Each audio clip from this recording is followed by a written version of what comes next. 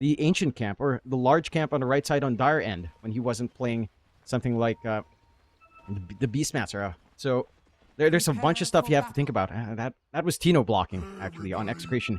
We have to see Boom kind of do the same. You have to block this camp right beside Armel's farm area because this Cottle will find farm quite fast if you're not careful, and if you don't kind of set up for it, then that snowball start for the Cottle will just come online. Something else we have to see, of course, is a quick pause before we can get this game underway.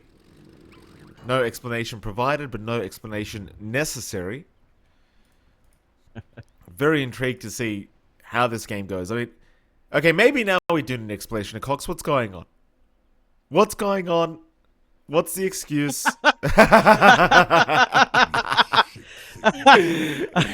Oh, Mel.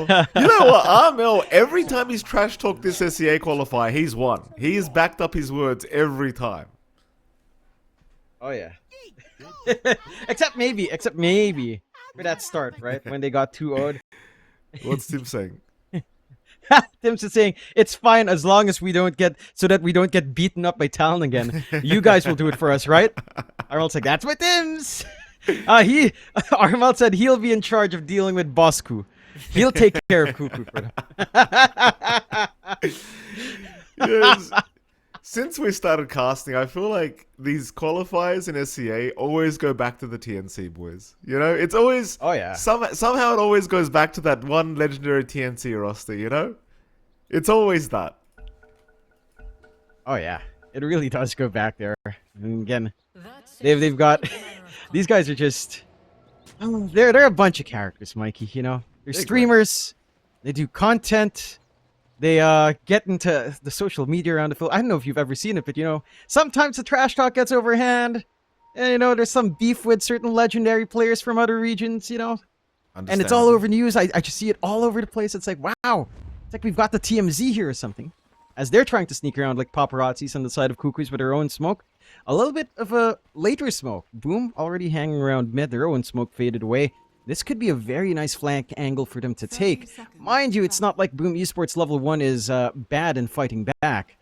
I'll have to see if they'll completely fort us out on the side of Boom, but a nice ward to at least spot. And again, they weren't spotted out by any of the vision here on the smoke. Here we go. I mean, they might find Tim's. Stun is going to land. We'll see if they've got the follow-up here. Tim's with the flame break, going to make it hard for them to finish him off, but they got the cogs. And that should be enough as they do secure first blood already for Armel. That's very concerning because you're going to hear me saying that Armel needs to get a very fast earn and then hunt for earn charges immediately. And that's definitely going to help him get a very fast earn.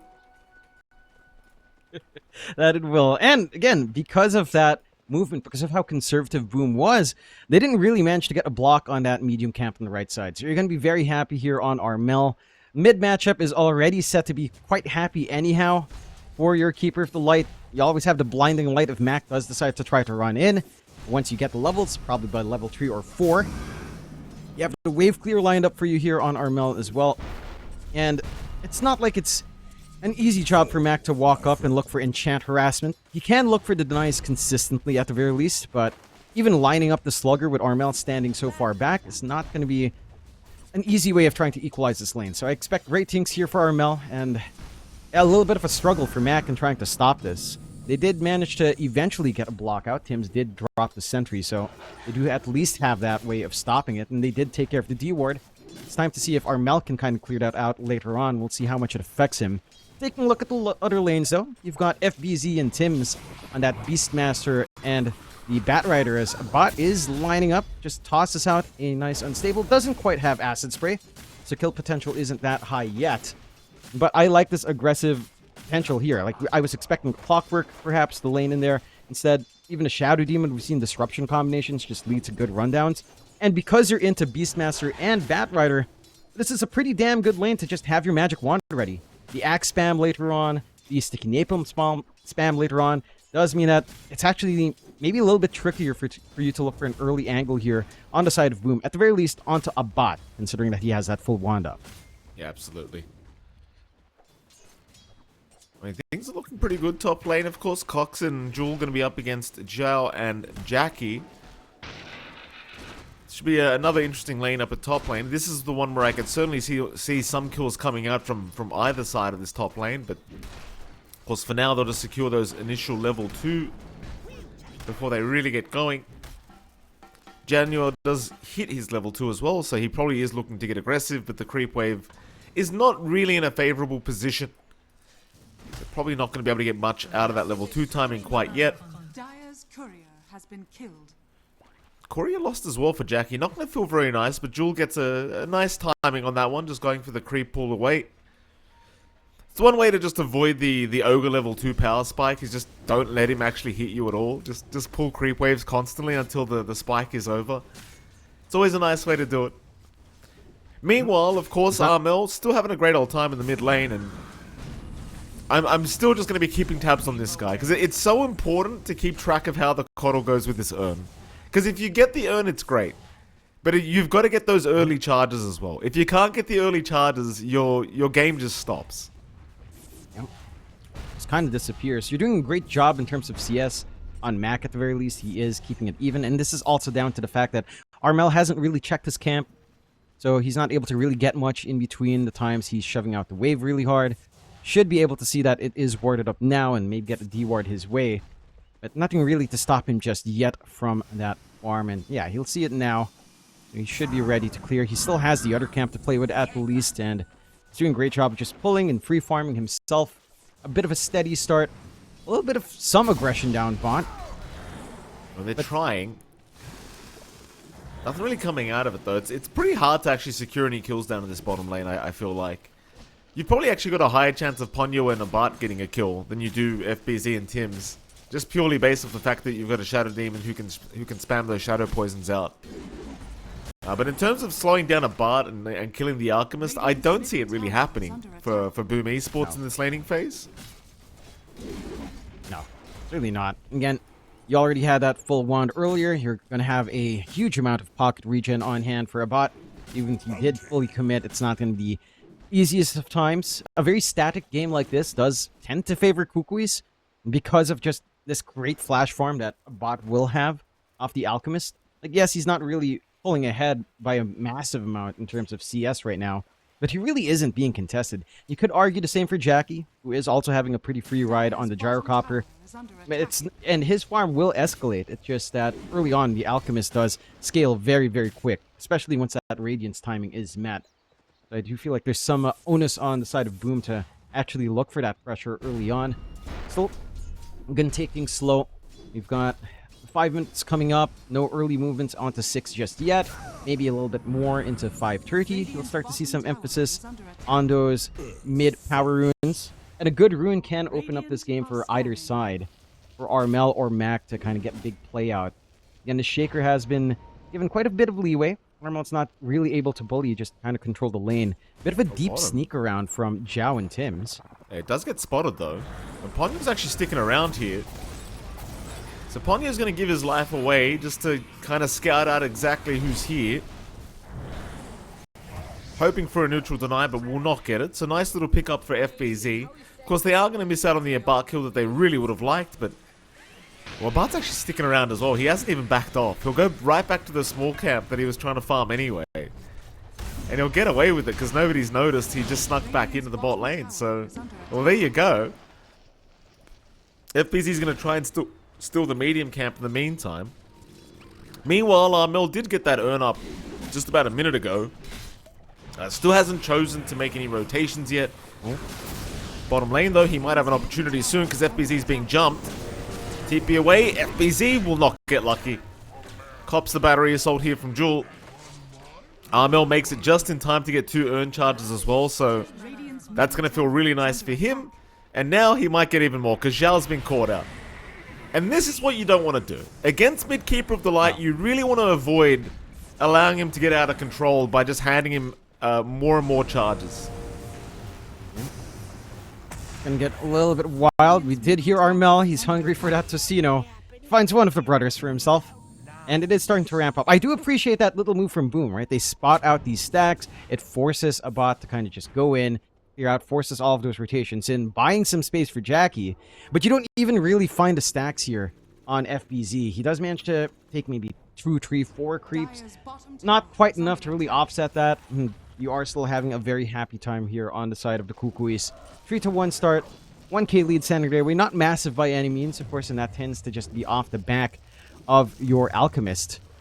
But you are starting to hit those spikes now.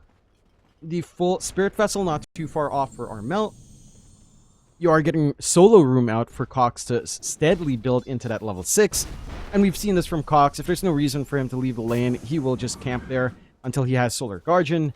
And, you know, just sit, camp, build up, get Blade Mail, get Ags, and that's where the game really starts to get a little bit complicated. I'm keen on seeing how the timings on Boom also pan out, right? Like, Tim's would say the blink timing down the line is going to be key to finding a way into these fights without overcommitting. Like, it's going to be your key access point into just solo pickoffs that can just help escalate, heck, even threatening onto a bot. Again, there's always the factor of Ponyo and his save. Always have to be sure as to whether or not you can safely get those kills, even with the potential blink timing lining up there. Still, Tim's in a little bit of danger. Sure is. Still going to get the roar off onto the arc, but it won't really matter too much. Just stops the stun from flying in. Tim's still in pretty big danger. Here comes Zhao. Here comes an Echo Slam from Mac, taking down 2 of them. And he might even find a third, though Jewel does get away thanks to the Cogs. Cox in trouble. Cox still surviving, but does eventually go down.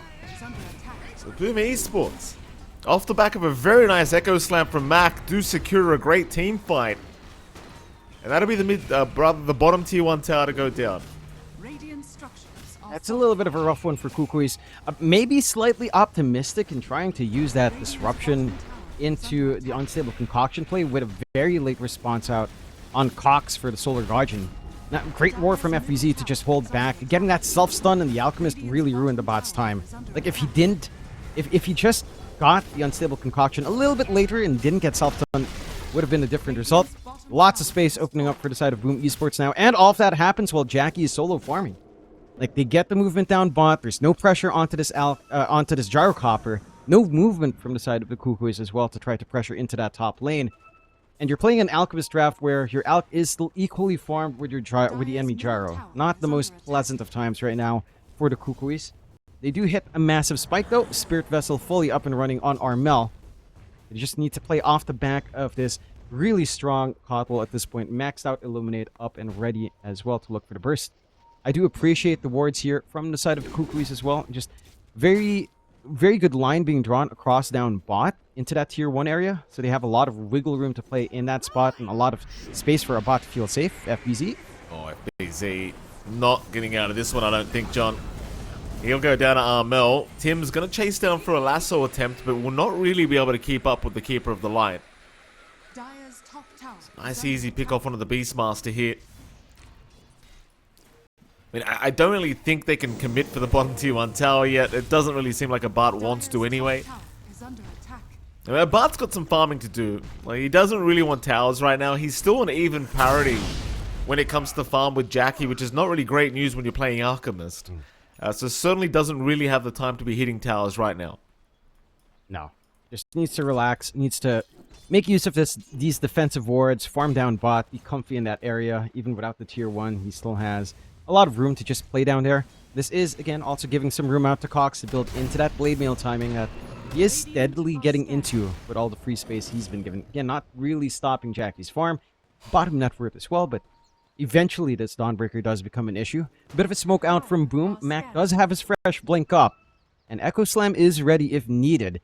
They don't have the forward vision here on Boom, but they know where they've been farming. They know Armel's been hanging around near that mid set of camps.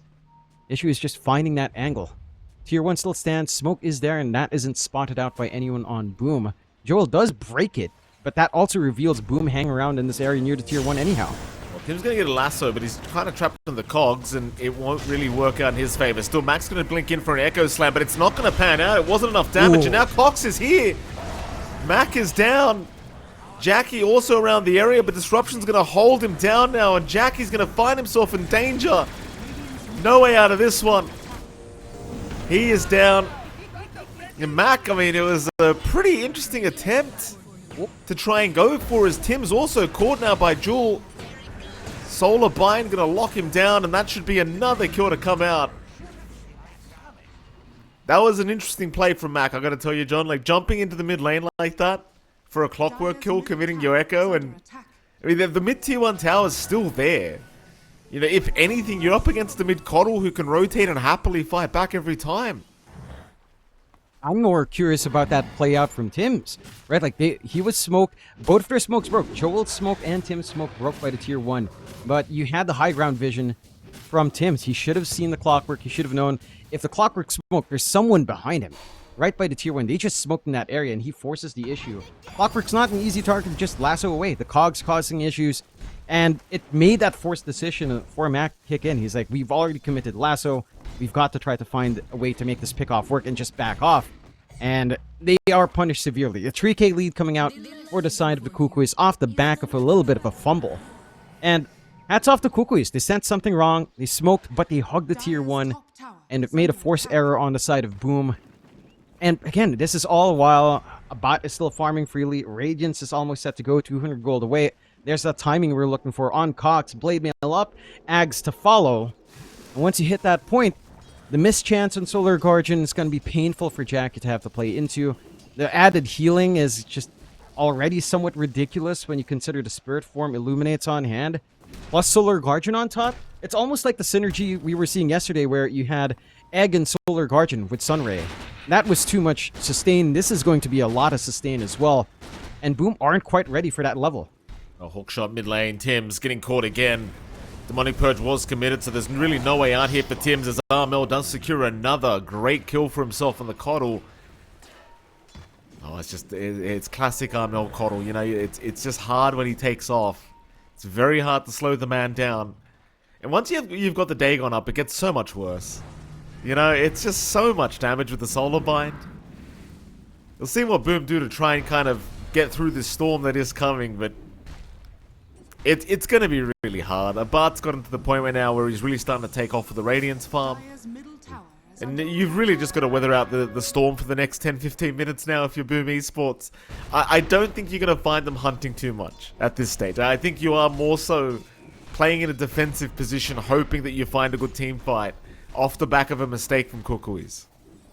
Yeah, they can't really force the issue. I mean, maybe once you hit something like, say, this blink timing on Tim's, you start to find a few more angles, right? It becomes easier for him to play the lasso game. You don't have to commit onto a clockwork, which is just very difficult if he manages to get the cogs off. And there is room to still cogs right as the blink lasso is about to come in. There's always a little bit of a window there for the clock to kind of just find a way to complicate things. So it's going to hinge on this timing for Tim's, and he's still about 1.1k away from that full blink up. You do have the Ags up on FBZ. There's a little bit more damage coming out here with him with the Drums of Slom, especially when he does Roar. It should make clearing out these stacks quite fast. But the invasion's already begun from the side of Kukuys. Sneaking around, checking up top, setting some forward vision for themselves to keep track as to where Jackie's farming up. And again, they're hitting their spikes. Tier 1's gone. They haven't set up on the forward top jungle, but they have the information done, and they even managed to get the D-wards going. Boom just starting to lose some map control. Have to be so cautious, because I don't think you're also going to be forcing the issue too hard in Kukuys, to be fair. Like, outside of our mount still. That's a good target. Max been caught. Solar Guardian out. Solar Guardian in, rather. And here we go. They go for a bit more now, trying to find Cox on this Dawnbreaker, but it's not going to be that easy as Tim's gets stunned up and he's down. That is not good news. Januel also caught. Will go down to boot. 3 gone for the side of Boom. Everybody from Kukuys will survive another day. And this game continues to get more and more challenging, more and more impossible for Boom. It's the one saving grace is Jackie's been farming. But he sure isn't out farming at the pace of what Kukuys is right now. No. I mean, he just can't, right? Like, he's a lone gyrocopter. He's doing what he can in jungle. And they gave away stacks to FBZ rather than to Jackie as well. So they're not able to just try to accelerate that gyrocopter farm in the triangle. I'm just surprised Boom are also committing so hard in trying to bail out their heroes. Like, even though it's Mac caught out, even though it's your Shaker mid, you kind of just cut your losses, right? Like, you talked about it a while ago, but you're not in a position to force fights yet on the side of Boom. Because Tim's dies, blink timing stalled out again, all of these key timings that you're looking for on Boom to actually have a shot is just getting pushed further and further behind. And every minute you see it out to Kukuys, it's a massive return on investment for Kukuys, because that leaves room for this ag timing on Cox. He's only about one part away. He's just lacking the gold for the point booster at this point. And once he has that, I mean, the Solar Guardian's already ruining you in the middle of the team fights. Having a longer lasting, movable Solar Guardian on top with the mischance and healing is just going to be a little bit too much to deal with. They're also starting to set their sights here on Boom. Good scan out. Joel's just on the hunt. He's got the full Solar Crest, and he's feeling confident to just force FBZ away. Not going to be able to land the connection this time around, but there is room to just clear out one more tier 1 tower. Start to set up, perhaps, and try to set a position into the triangle. Steal some farm as a bot's looking to hunt. There we go. There goes Tim's. Not really too much to speak about with that one. Top lane, they're on the hunt for Jackie, but they're going to find Januel instead. Armel will happily take his life away too. There's just no slowing down with this style of draft. The Kukuys can just keep going as far as they want with this draft, and it's just nothing that Boom can really do yet to fight back. They've got to wait for so much more for Jackie to have online before they can even hope to fight back here. So Kukuys, I mean, it's just getting more and more impossible, and you kind of went over the Ags already for this Dawnbreaker, but it really does make any fight to come impossible if that Solar Guardian does come in. Like, who's Jackie going to hit with 60% evasion on the enemy team? Bot's alone. Uh-oh. Here we go. A bot. This will be a big one, but there's your Solar Guardian coming in, and it is cancelled. Here we go again. They're still going to try, but Abart's healthy now. The rest of the squad is around as Cox now joining in the fight. Mac, Echo Slam committed, but it does nothing. Jackie needing to retreat, but gets caught by disruption here by Ponyo. Forced the BKB up, but the chase is still on here for Jackie. Can he get away? Oh, the hook! Joel from the side. Not allowing it. Jackie's down. It's getting worse. Abart will cut off Zhao. 3 down again here for Boom Esports. Armel getting a double kill out of this. Of all people, they try to kill Abart, but once the Chemical Rage is out, I'm not sure why they kept trying.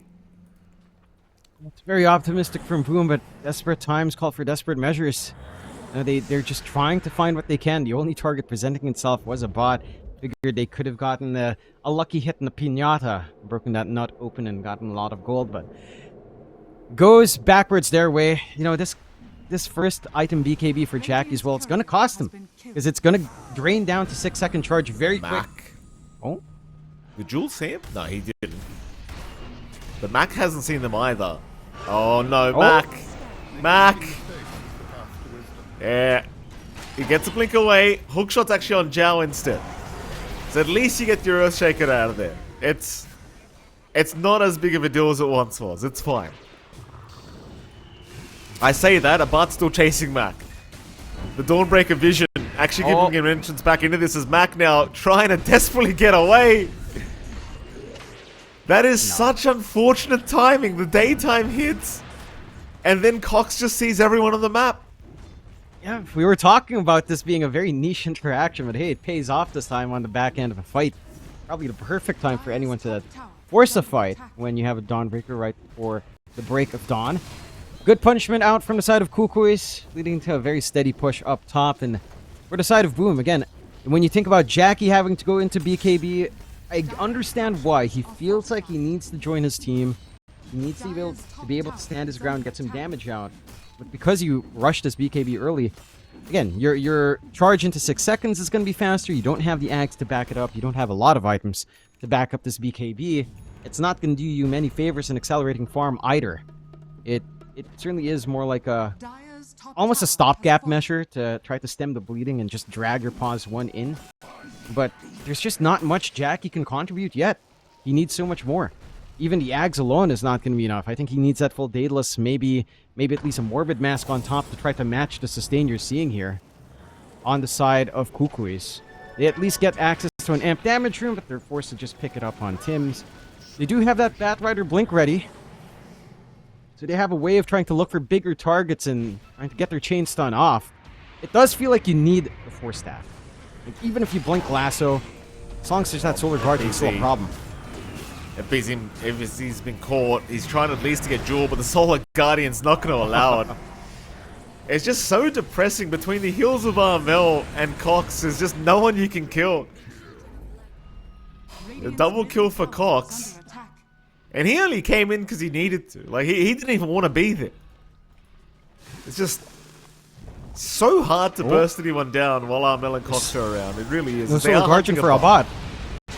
Echo committed, but Abad's got the chemical rage. Do they even have enough? They do. Alright, that's a huge kill. You love to see that. A great read from Boom.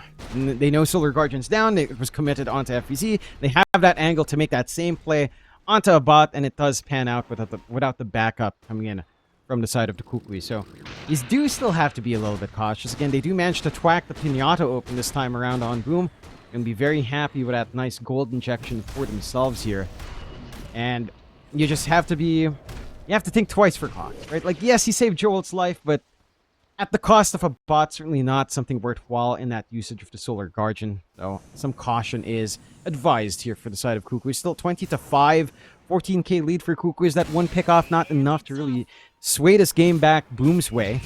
You need a lot more to happen. Maybe need that kill to happen like 3 times more. If you can manage to whack a bot 3 times over when he's alone, then your fate starts to come back in. A little bit of a smoke play from the Kukuys, and they might find... Well, Jackie would be good, but Chow breaks it. Oh, they got the rocket flare on Jackie. They know he's there. Jewel wants to go for a hook shot, but no, the creep wave! The worst part was, he had an initial hook that he pump faked because he wasn't confident.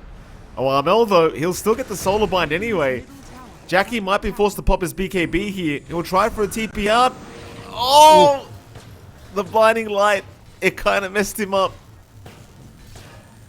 I actually think if he didn't use blinding light, he would have had a kill there with the eliminate. Yeah. It might have been it. Anyway. Maybe even just a TP cancel would have been nice. Tim's, he'll be okay. For now. Armel's still having a gander.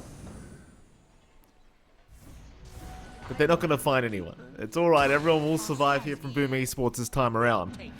Still a 15k advantage here. Bart's still farming out of his mind. But, you know, it's still not as bad as it could be for Boom. They're still in this game. That they are. Again, they've got threats on the high ground. You can never underestimate what a repositioning spell like Lasso can do. You do have that ace up your sleeve. You've got the Force Staff coming out for Tim's, which should be able to save them from the Solar Guardian, at least when looking for these solo pickoffs. Unfortunately for them, Roshan, it is being taken out by the side of Kukuys. Tim's is in the area to check, so at least he could try to be cheeky with his blink, but he doesn't have the rest of his team back him up. And they're not in position to try to run through. They can't really hope for a gate play right now either. So just going to be a freebie out for the side of Kukuys. A secondary light or a bot set to go. And for the side of Boom, you really got to think twice again as to how you take these fights. The ideal circumstance for Boom right now is they somehow waste Solar Guardian and play after that. Tim's narrowly avoiding a stun hit from a bot, but Jules still having a hunt to see if he can find him. Random hook, won't work, that's okay. Doesn't really matter. They can just start looking towards that bottom tier 2 tower now, and that's exactly where Bart's going. I mean, I still think Boom at this stage, they are just arguably hoping for a good high ground defense to really pull their game back their way. Because right now, with the way things have gone, like, you're still 14k behind. You're not going to be feeling too good to try and fight back if you are fighting on the low ground.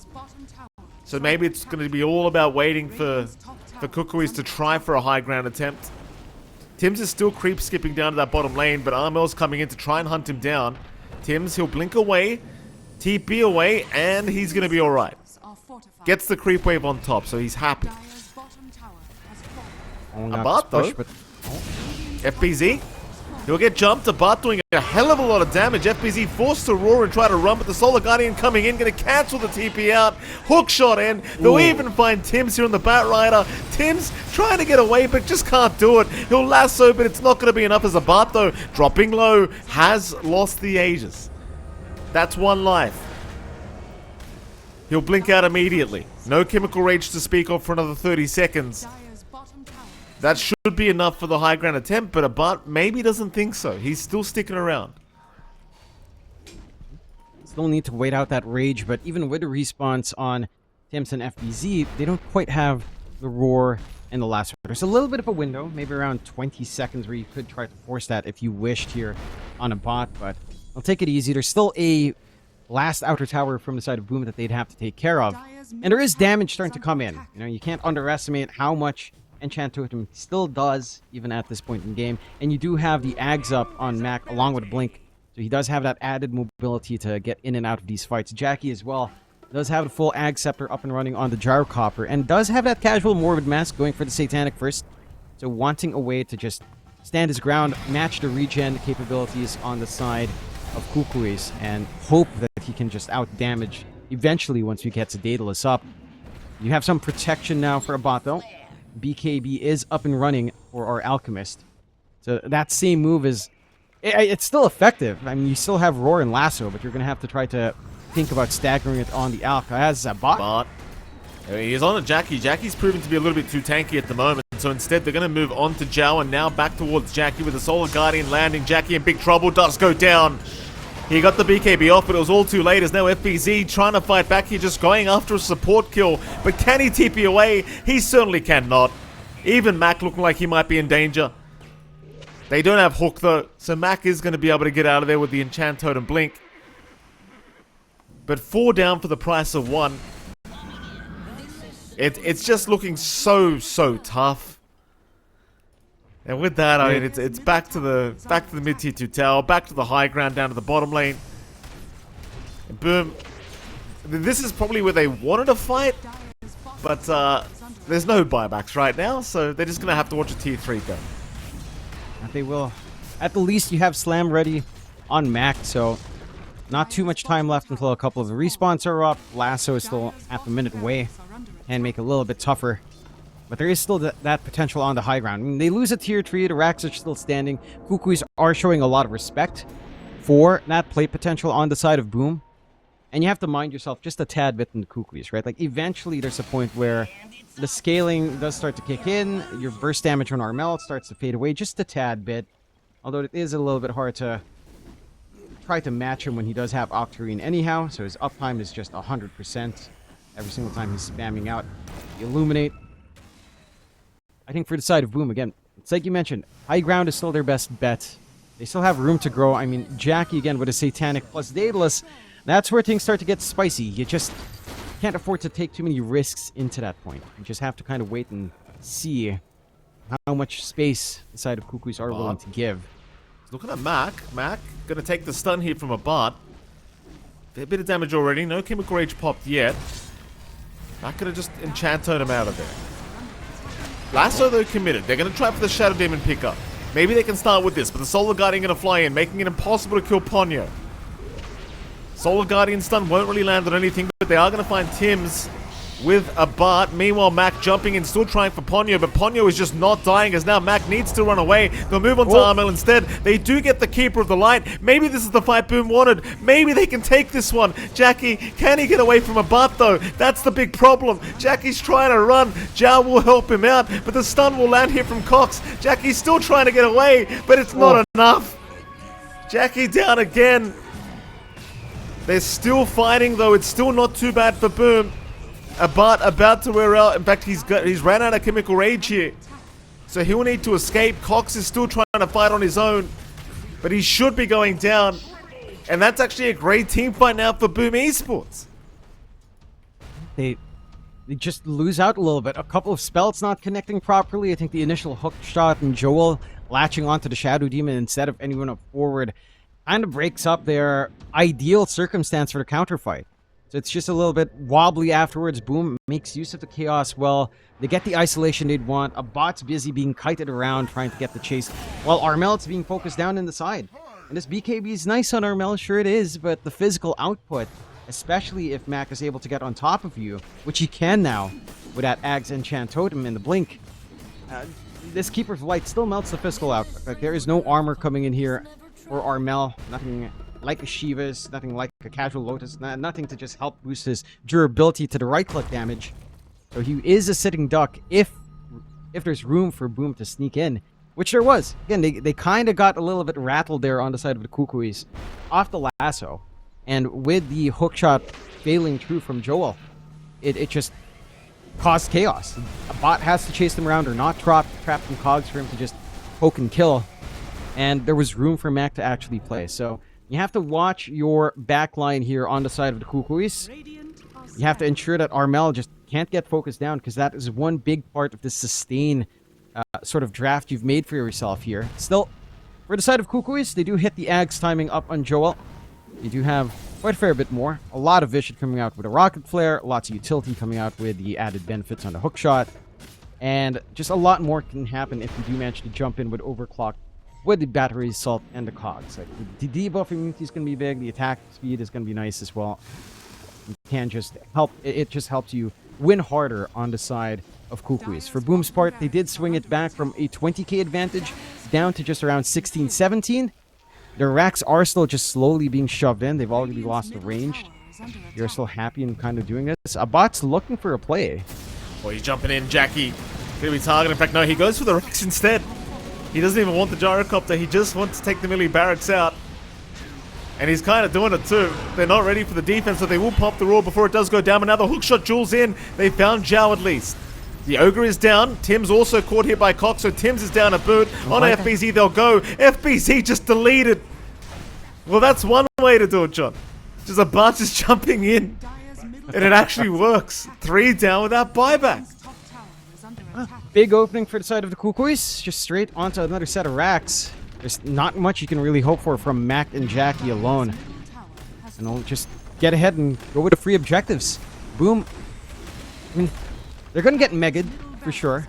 They do have time to respawn. Respawns aren't the longest in the world. You can try to play into these megas, and you've got a gyrocopter, you've got a shaker who can deal with it to an extent. Mac doing what he can to make sure the creep waves don't come in. It does still feel like you have enough time here for Kukuys, though. Got the damage on a bot.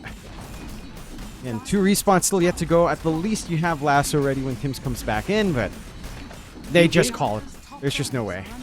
Yeah, they're not saying it here. GG is called. Boom Esports will be dropping game 1 here to Kukuys, and oh boy, it's getting a bit spicy now. Could you imagine, Jonathan, a grand final where Kuku himself has to play up against a team named after himself? That's the reality we might be facing. As we do start to dig into this game, I think we're on the same page here, though. I mean, it's a better draft for Boom, but I like what Kukuys has a lot more. I think it's explosive, it's got good tempo, the Alchemist is not going to take too long to build up, and even if you're worried about Bristleback, Alchemist is also a good carrier of the Silver Edge.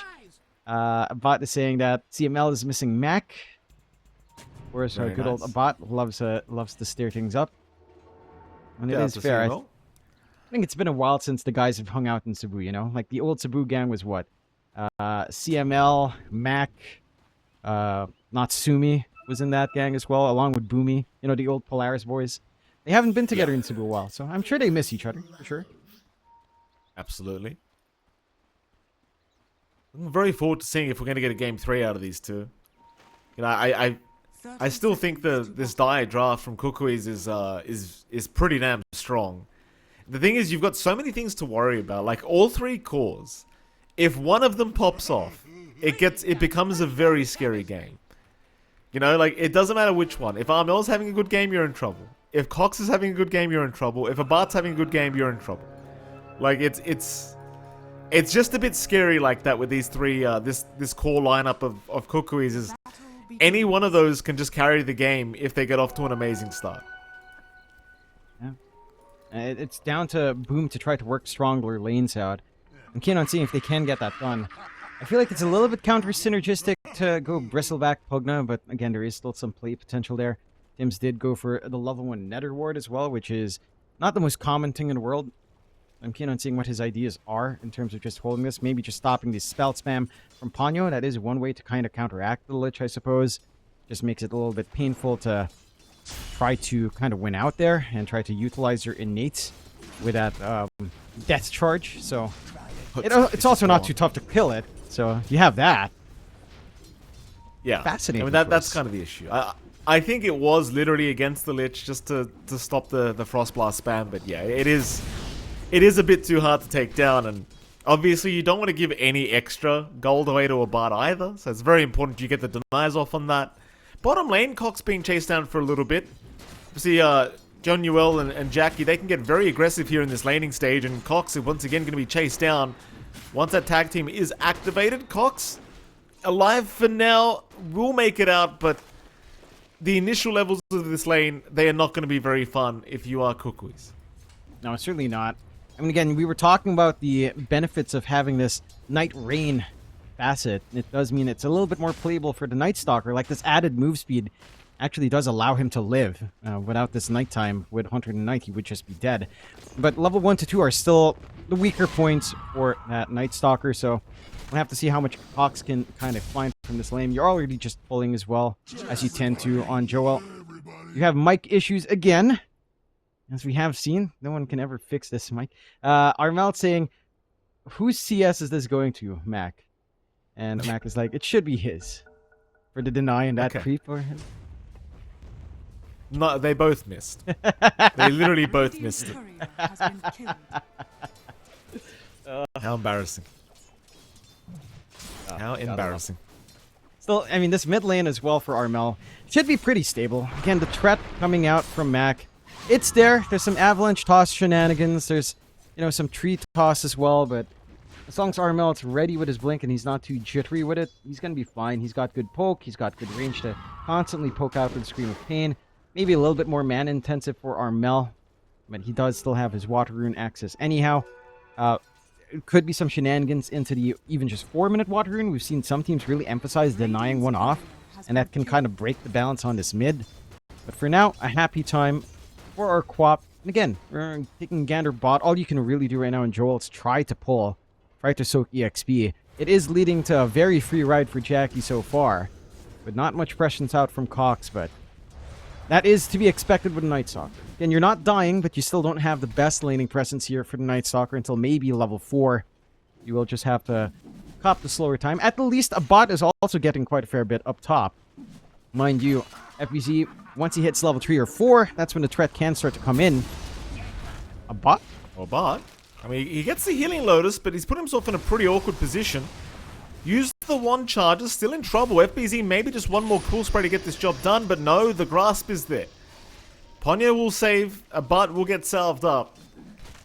But yeah, I mean, just a lot of emphasis on trying to get that Healing Lotus, almost costing the life of a bot. And you can't underestimate the Bristleback. Of course, he's got the level 2 cool spray. It's a lot of damage. And so, you can't get too excited here up against FBZ yet, not in this laning stage. No. I appreciate that little play, though. Again, taking away some of this flash regen on hand for FBZ is pretty nice. Right? It prevents the Bristleback from looking for his own dive, so you had to take that risk yourself. And it does allow you to just sit back and farm. Mind you, you are wasting gold on regen, but your Alchemist isn't really slowing down too badly. There is room for Tims to start to stack, and they are able to come in to try to deny away a Water Rune, at the very least. So Tims should be able to secure one for Mac. Armel will still have his secured by Joel as well, but you're not taking one away from the other. It will lead to a lane where Mac still has something to play with. Your lead here on Armel isn't that big. Again, it's a little bit of a slower start, not even first blood coming out yet. Just a lot of caution in these lanes again. I do like the forward vision being set up by Boom, so they can maybe spot when Armel is going for the bounty rune at some point. They could start to spot out stacks as well, if they can play off the back of it. And the big thing for Kukuys is that the bot lane is just ultra slow. Like, this is slower than even the Dawnbreaker. And the one thing with Night Stalker having a slower start, I mean, the hero doesn't flash farm as quick. Does have stronger early spikes. Starting to make some movement down top here. Ponyo probably looking to die. Stun will land from a bot, but won't matter. FBZ able to secure first blood on this Bristleback. Januel actually still around as well. Going to go for a shards out, and a bot getting trapped up in a very awkward position. Should be going down. And eventually, they will have his life, as Tims will be able to secure that one. Boom Esports off to a great start here, 2-0 their way. They are. There's just no pressure right now from the side of Kukuys. We talked about how important it was for the side of Boom to kind of look for that pressure early on, and they are making that big change quite nicely here. It is having a lot of impact, right? Like, you're tying in Armel, in this matchup where he is getting a little bit more, but not enough to really look for the swings into the side lanes yet. Maybe off a power rune, you could start to hope for that. You are also slowing down a bot just a tad bit. I mean, you get a freebie on Tims. Doesn't really matter. You've done the damage. And just chasing away a bot from farming his camps. Already pressuring onto that tier 1. Getting that kill. Hell, you still have Zhao hanging around the area. There is a ward watching from Kukuys, though. That same movement shouldn't be too successful here, but you can see that the onus is on Boom. Like, they are in control of this early game at the very least, and they are set up to contest these power runes. Mac gets lucky with a regen. Again, no play for Armel yet. And just a little bit of a slower time, lane. although Zhao? Yeah, Zhao's been caught. Zhao will go down. Another kill to go the way of a bard. And this is really not what you want to be doing, is handing more kills over to the Alchemist. But that's exactly what's happening, as Tims gonna have a quick pause, have a quick conversation with his support, his Januel support. Headset issue apparently is the issue here from Tims. Always an audio issue. I tell you, John, again, in SEA Dota, the most required job is the audio engineer, apparently. Yeah. Very, very high priority here for SEA Dota. Gotta have the batteries ready. At least it isn't a long swap out here. FBZ chases on. Cogs will not trap him in, though. Getting to He's that having a point much where... better game here, FBZ. And you are. You're getting to the point where the Bristleback is starting to start to take over a little bit. I mean, with a Bracer Null plus a Power Treads, there's enough mana regen to kind of go around. You're rushing into the Ags now for FBZ. You even get some rotation out from Mac to take this objective, and it doesn't take too long with Pugna on hand, even with just the level 2 Nether Blast here from Tims. We'll find a nice quick tower take. No response out from Kukuys. They're shoving a bot away from his own small stacks, and that's going to be a big injection for FBZ, just stealing this away from the Alchemist. Bot can't allow it to go for free, but most of them do go to FBZ, and he does risk his life for that one on a bat. They've not been able to stack up too much either in the triangle. So recovery farm for the Alchemist isn't really there. And they've been a little bit busy in just trying to work the lanes. At least Ponyo does manage to steal one Wisdom, and will be able to take one more. The double Wisdom is going the way of Kukuys is a good way to compensate. Bottom lane, Cox being chased down. Does pop the crippling fear, but it's not going to matter. They'll land the snowball. Cox will go down again. And this is the one thing. The Night Stalker lane has gone horrifically bad here for the side of Kukuys. Jackie's been having a fantastic time thanks to the support of Zhao. And I think Cox is going to have a lot of catching up to do this game. It has not been a good laning stage whatsoever. It certainly hasn't. This timing on Echo Saber or even something like the Phylactery to help with the chase isn't going to be that sharp. Power Rune control again going the way of Boom. With a Haste Rune on hand, Mac should be ready to try to make a play. They're going to have some fantastic angles to look for themselves here. Cox is really not a hard target to go for. Is only a little bit off from the full level 6 though. So that would have been a nice spike to play, at least having the Dark Ascension to try to get out of dodge. Isn't quite there yet. See if we can try to hold back, but I like this aggressive posturing from Boom. We just have all the options open here right now. Mac's got a haste rune up, so it's going to be pretty easy for him to at least secure one kill. The Ponyo did get the frost shot off in time, and now Mac forced to pop the haste and run. He'll be okay. He did not get trapped in those cogs. Cox still trying for a chase, but Mac with the haste rune thankfully going to be able to run away and not feed a lot of gold that Cox would have loved to take off him. And so with that, failed gank attempt doesn't really mean too much. No real sacrifice here for Boom. In fact, Mac is still sticking around, but just wants the banner rune before he heads up. And thankfully, I should add, by the way, John, Mac is rushing Blink. So we're not seeing some stupid Echo Saber build up first. Yeah.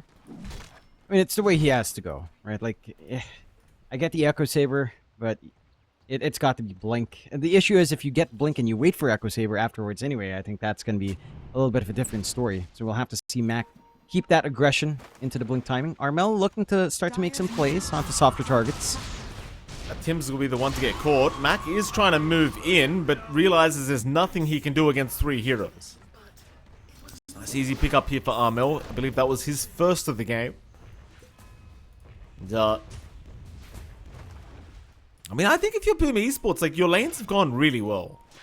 There's no need to force anything here. Just keep allowing FBZ and Jackie the space to hit their mid-game timing, as Cox bottom lane, again, is just not safe. as soon as those shards land, you're in such big trouble. There's just not much to do. They at least deny off the Arcane Rune from Ponyo. Is able to TP out as well, so you're not bleeding extra gold. But this Night Stalker, it's a bit concerning to have a slow start on the Night Stalker, right? His recovery process and farm isn't quick. His tempo is very much geared for early to mid game. And even just his armlet being a little bit stalled out is going to cause some problems here for the side of the Kukuys. It's not like the last game where the Dawnbreaker will always have impact with Solar Guardian. Dark Ascension can be nice. But we saw Aurora with jabs on the Night Stalker. And he had a really strong early start. Start to taper off as the game scaled on. So your late game impact from this hero isn't particularly amazing. And you're not hitting that early game stride yet on Cox. So I have to see if he can start to try to drag his way from bottom network core. Very much behind even Mac, who's been a little bit more sacrificial on the Tiny. You are getting a lot of space out for a bot. Again, this Radiance timing is lining up to be pretty decent here on the Alchemist. And you are almost at the point where Armel feels comfortable with his full Dagon up. Just lacking the full Dagon recipe gold at this point. So some key spikes starting to line up here for the side of the Kukuys. Level 6 on the supports also starting to get available. Already have the hook shot not too far off from that Chain Frost. And this is probably the ace in the hole here for Kukuys, right? Like, it's the fact that your supports could really just 100 to 0 any heroes piled together. This is really great synergy. You pull the cogs into 2 heroes to get the bounce. You're going to be happy. Just need to find the targets now once those levels are up. Cox, hookshot is there. They're not propping Dark Ascension yet. They're just going for the old-fashioned way, and they've got the damage. It looks like Mac, though, still alive with the life drain, but the Sonic Wave going to get the job done. That's a great pick-off. Like, finding Mac going to be very, very handy for someone like Cox. Not that he got the gold for it, but even just the XP right now is probably going to feel very nice. And it does. And just a little bit of that assist gold as well. It goes a long way. I didn't realize this, John. Mac's actually about the same level as Cox. They're both level 8 now. Which I think is pretty concerning considering Cox has just not had a lane. Yeah. And it's down to the fact that Mac's been leaving his mid lane, right? Like, he's not been camping the lane. Whereas for Cox, he's been dying, sure, but he's been able to solo soak bot for a long time. Joel was rotating onto mid to help with runes. And try to find things across the map and leaving his Night Stalker alone. And Cox hasn't been missing a lot of creep waves. So it's just down to that emphasis on early activity here from Mac. He's only half a level ahead. And the item difference is still meaningful, but Cox is doing what he can to just find something. Still some big spikes now for Boom. Full ags up on FBZ. A bit of a smoke out as well on the side of the Kukuys. They still have that Chain Frost ready, and Hook is off cooldown. If they isolate FBZ with a Chain Frost here, it could be a nice pick-off before he can really start to set off with the Ags, but it's only Shola right now here. And FBZ's got the Ags up. He, is more than happy to fight as a Bristle, but still wants the Bloodstone BKB before he really gets going. And it seems like they are actually going to wrap around and see if they can steal this bit of farm away. So FBZ is actually losing all the farm. They are going to move into the Clockwork, taking down Jewel at the very least, but now the Chain Frost going to bounce between them. Still, it's not the greatest bounces. They do manage to split up. Mac almost going down, but not quite yet as Armel needs a way out. Does blink away. Now Jackie joining in the fight. FBZ still alive. Bart channeling a stunt to try and ensure that Ponyo will walk out. Somehow the only person to die was Jewel in that scenario. It's a best case scenario for the side of Kukuys. I mean, ideally, you got a little bit more. If Joel just didn't die that quickly and got the cogs off, very different story with the Chain Frost. Mind you, you did go for the Growing Cold facet on Ponyo, so you don't have that lingering Chain Frost to try to give yourself some area denial in the middle of these fights. You are reliant on actually getting some good control out from the Clockwork. And for Boom, you're going to be happy enough. Your stacks were still taken by FBZ. You didn't lose any creeps. He has that Voodoo Mask up now, so his sustain starts to go true to roof on the Bristleback. They're hitting their key timings in stride on the side of Boom. They don't really have a meaningful lead, less than 1k, but you're playing into the Alchemist. The fact that you have a minuscule lead over an Alch draft is already rough news here for the side of the Kukuys. And Boom, I'll try to smoke up. Amp damage rune on Mac with the Blink Dagger set to go. Just need a good flank angle to find. Bot tier 1, the siege is not going quickly for Kukuys. There's a lot of time for Boom to respond to this one. Well, Jewel's actually going to be spotted here by FBZ. FBZ just popping the Ag's Pool Spray, but it's actually barely not enough. Jewel looking for a hook shot away, but just can't find it. Everybody else will be able to get away. Has been killed. But FBZ, very, very potent right now on this Bristleback. They do not really want to have to try and force fights into it. Just seeing how fast he can kill people off with that Ags. Meanwhile, Zhao does find Ponyo. They should be able to burst him down rather quick, and they will. Another nice set of great kills here for Boom Esports.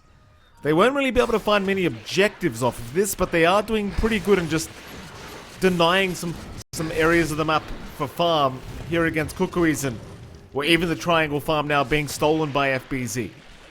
Yeah, you're really just destroying the pacing that Kukuys wants. No recovery farm for themselves to find. This Alchemist, again, is farming up, but you're 2k behind overall. You've made great sacrifices on Armel and Cox just to get a bot to this point. And the investment isn't set to pay off just yet. And this off-lane Night Stalker pickup also, again, just hasn't shown its impact. Still, let's see the side of the Kukuys look for that smoke. If they catch a little bit more here. They really hope to. I mean, they're going to try for Zhao, but he jukes out the stun with a snowball. They want FBZ real bad, and FBZ's worth a lot of gold. Ooh. And they've got him. 1k going to a bot as now Zhao also caught, does go down, and that's a big deal. That was a big deal. That was 1k worth of gold just from the Bristleback kill, and it went directly towards the Alchemist. Yeah, that's not what you want to see on Boom. Get a little bit overconfident in just playing that area. A great read from the smoke from the Kukuys. They smoke even behind their tier 2, so it's not spotted out by this forward ward from the side of Boom. And it's like what we were talking about a little bit earlier. It feels like the ace in the hole here for the side of Kukuys is just what your supports can do tied in with Armel, with his Dagon. Like, that burst damage is still there. They didn't even have to expend the Chain Frost on Ponyo. So that's still set to go on the next team fight if it does break out. And you start to reel in that lead. Again, a minor lead at less than 1k to Kukuys with an Alchemist still doesn't feel great. But you've at least dragged the game back with a little bit of tempo on your own. Although Ponyo... Danger here for Ponyo. Help is kind of incoming, but it's not going to be fast enough to try and save this Lich. So he's going to be just fine. Boom Esports back to work. Back to trying to dominate the map. They are still the stronger team right now. There's no two ways about that. It's still a matter of dealing with FBZ. That's going to be a huge issue here for Kukuys, unless he does make a mistake like last time. For now, though, Boom Esports still well and truly in control of this game too. Of course, Jackie has been allowed to free farm for quite a while now, so he's having a great old time on this gyrocopter. And it seems like they might start to set up top, but a bot's waiting there. Jackie's going to show himself. This could be very dangerous. Jackie's got no BKB yet. He's going to be forced to fight this one out with Zhao, but there's no help incoming. They're both just trapped between a rock and a hard place, and they're just down. This is what part confuses me. Like, you own most of the map. Why are you farming in the most dangerous position? Yeah, they're farming pretty far forward, and I mean, they're not really showing this Lich respect, right? Like, Zhao's forced to try to go for the snowball save on two of them with nothing else around them. That is the one annoying thing about Tusk into Lich. If you're trying to bail someone out and Chain Frost is there, guess what? It's an easy time in the ping pong machine. Still, I'm Cox at least. Cox actually going to get the Dark Ascension off and actually makes it out of there. Whoa. Oh, and it's getting worse. Tim's already down. FBZ going to try to fight back. Does take one support out. Should have another. So it's still a matter of we can't deal with FBZ properly. Yeah, but you lose Jackie. You lose this good position. They were looking for that punish on Cox. Very quick with the Dark Ascension, the armor toggles. He's got BKB. Like, if he needs to, he can use it. He doesn't need to. There's no way they kill him through that Chemical Rage with two heroes. No. He'll be alright. Yeah, and again, he's starting to scale up. Going into that full Bloodthorn, going for the Orchid first, of course. That does start to make it a little bit simpler to go into FBZ. Although he is gunning for that BKB next. Looks like he might be bypassing the full Bloodthorn. Recognizing that he does need some debuff immunity here to last true. And that is going to help solve some problems that he's had in this game. 10-9, Boom again in a very good position still. They maintain a slight lead up against the Alchemist, which never feels good for the Alchemist draft. Side of Kukuys. And they're about to hit some big spikes of their own. The Shiva's Guard timing on Armel is going to help a ton in softening up these targets and providing some much needed survivability for the co-op, especially into the physical output that you have here with FBZ and the Bristle. With those quilt sprays coming in, with the flak cannons flying around, you are in desperate need of some armor here to just keep things going. You have the Echo Saber up and running as well for Mac, and he's kind of done his job with a blink anyhow. It's time to try to think about scaling, going into the BKB next. And again, for Boom, I don't think there's a lot of pressure. And it does feel like that pressure is on Kukuys to try to reel this game back ASAP. Because as soon as BKBs start to get finished up, things start to get a little bit rough. Like, you are seeing triple BKBs being farmed here on Boom. One already done on FBZ. Mac to follow along with Jackie. Jackie only lacking his recipe now as well. And it's at that point where it doesn't feel like you have enough here. They are going to find a bot. Chemical Rage just wore off. A bot's still going to look for the fight. Again, still has his BKB available and does eventually pop it. So Zhao's going to go down. Tim's already very low as well. Here comes Cox with the Dark Ascension to ensure they've got a bit more. As Mac, he blinked into the Crippling Fear. He blinked into the Crippling Fear. He couldn't get the Avalanche Toss combination. Here comes FBZ though. Oh, a nice toss in, a Bart. He's just stuck in the corner. Sonic Wave going to create a little bit of space here, but a Bart's got no time to heal up with the Chemical Rage. He'll go down. Is Mac looking for more, going to find the Clockwork of Jewel. That'll be a triple kill for FBZ. A great team fight once again for Boom Esports. It's just all about FBZ here. So as soon as the Bristle pops up, they just don't have the answers. No, I mean, they have some small solutions, right? Like, they've got the Spirit Vessel to try to mitigate healing. They have no way of trying to really burst down FBZ, especially every time he pops that Bristleback active on or just turns his back around.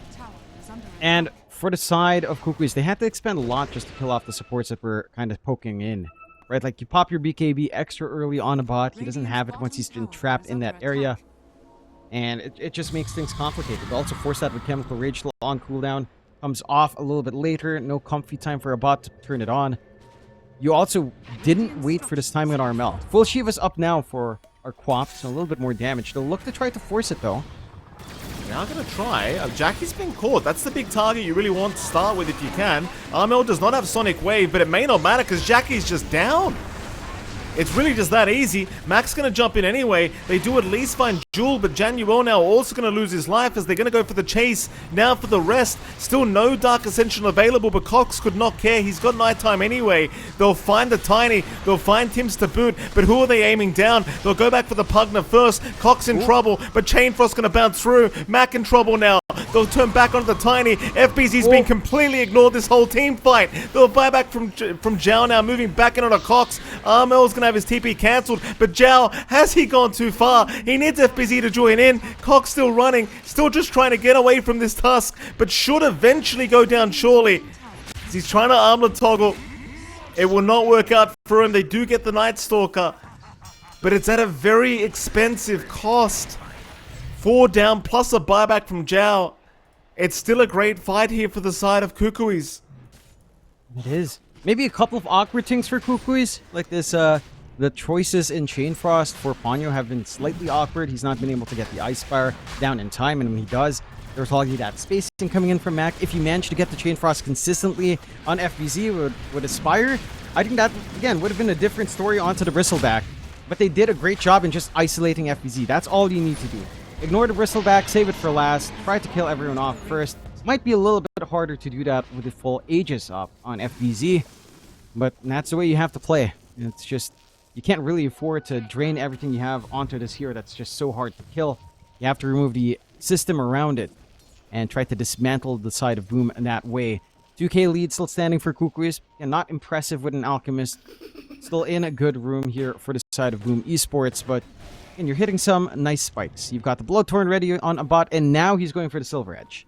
Once you do get that Silver Edge here on the Alchemist, that's where things can be a little bit interesting playing into FBZ. He's not going to be as tanky as he'd expect himself to be, even with the Bloodstone, especially as the BKB starts to wear off at 7 seconds now for our Bristle. And there are windows to play here on the side of Kukuys. But again, for Boom, it's a bit of a simpler game so far. They don't have to think too hard about it as long as they're not giving open opportunities out to Kukuys. You are still hitting your big strides, right? Like this Gyrocopter is going to hit this Satanic timing for Jackie relatively soon. Is starting to dish damage after the Satanic into Daedalus. You're really happy at that point with how much you can kind of deal hurt here on the side of Boom Esports. That full Bloodstone for FBZ is up. Then he still has Aegis for a good amount of time. You are getting some tier 2 clear here, but the defense is coming in. Avalanche toss. Abad actually very low already. Gonna pop the Chemical Rage. BKB trying to fight against Mac, but they've got him down with the Walrus Punch.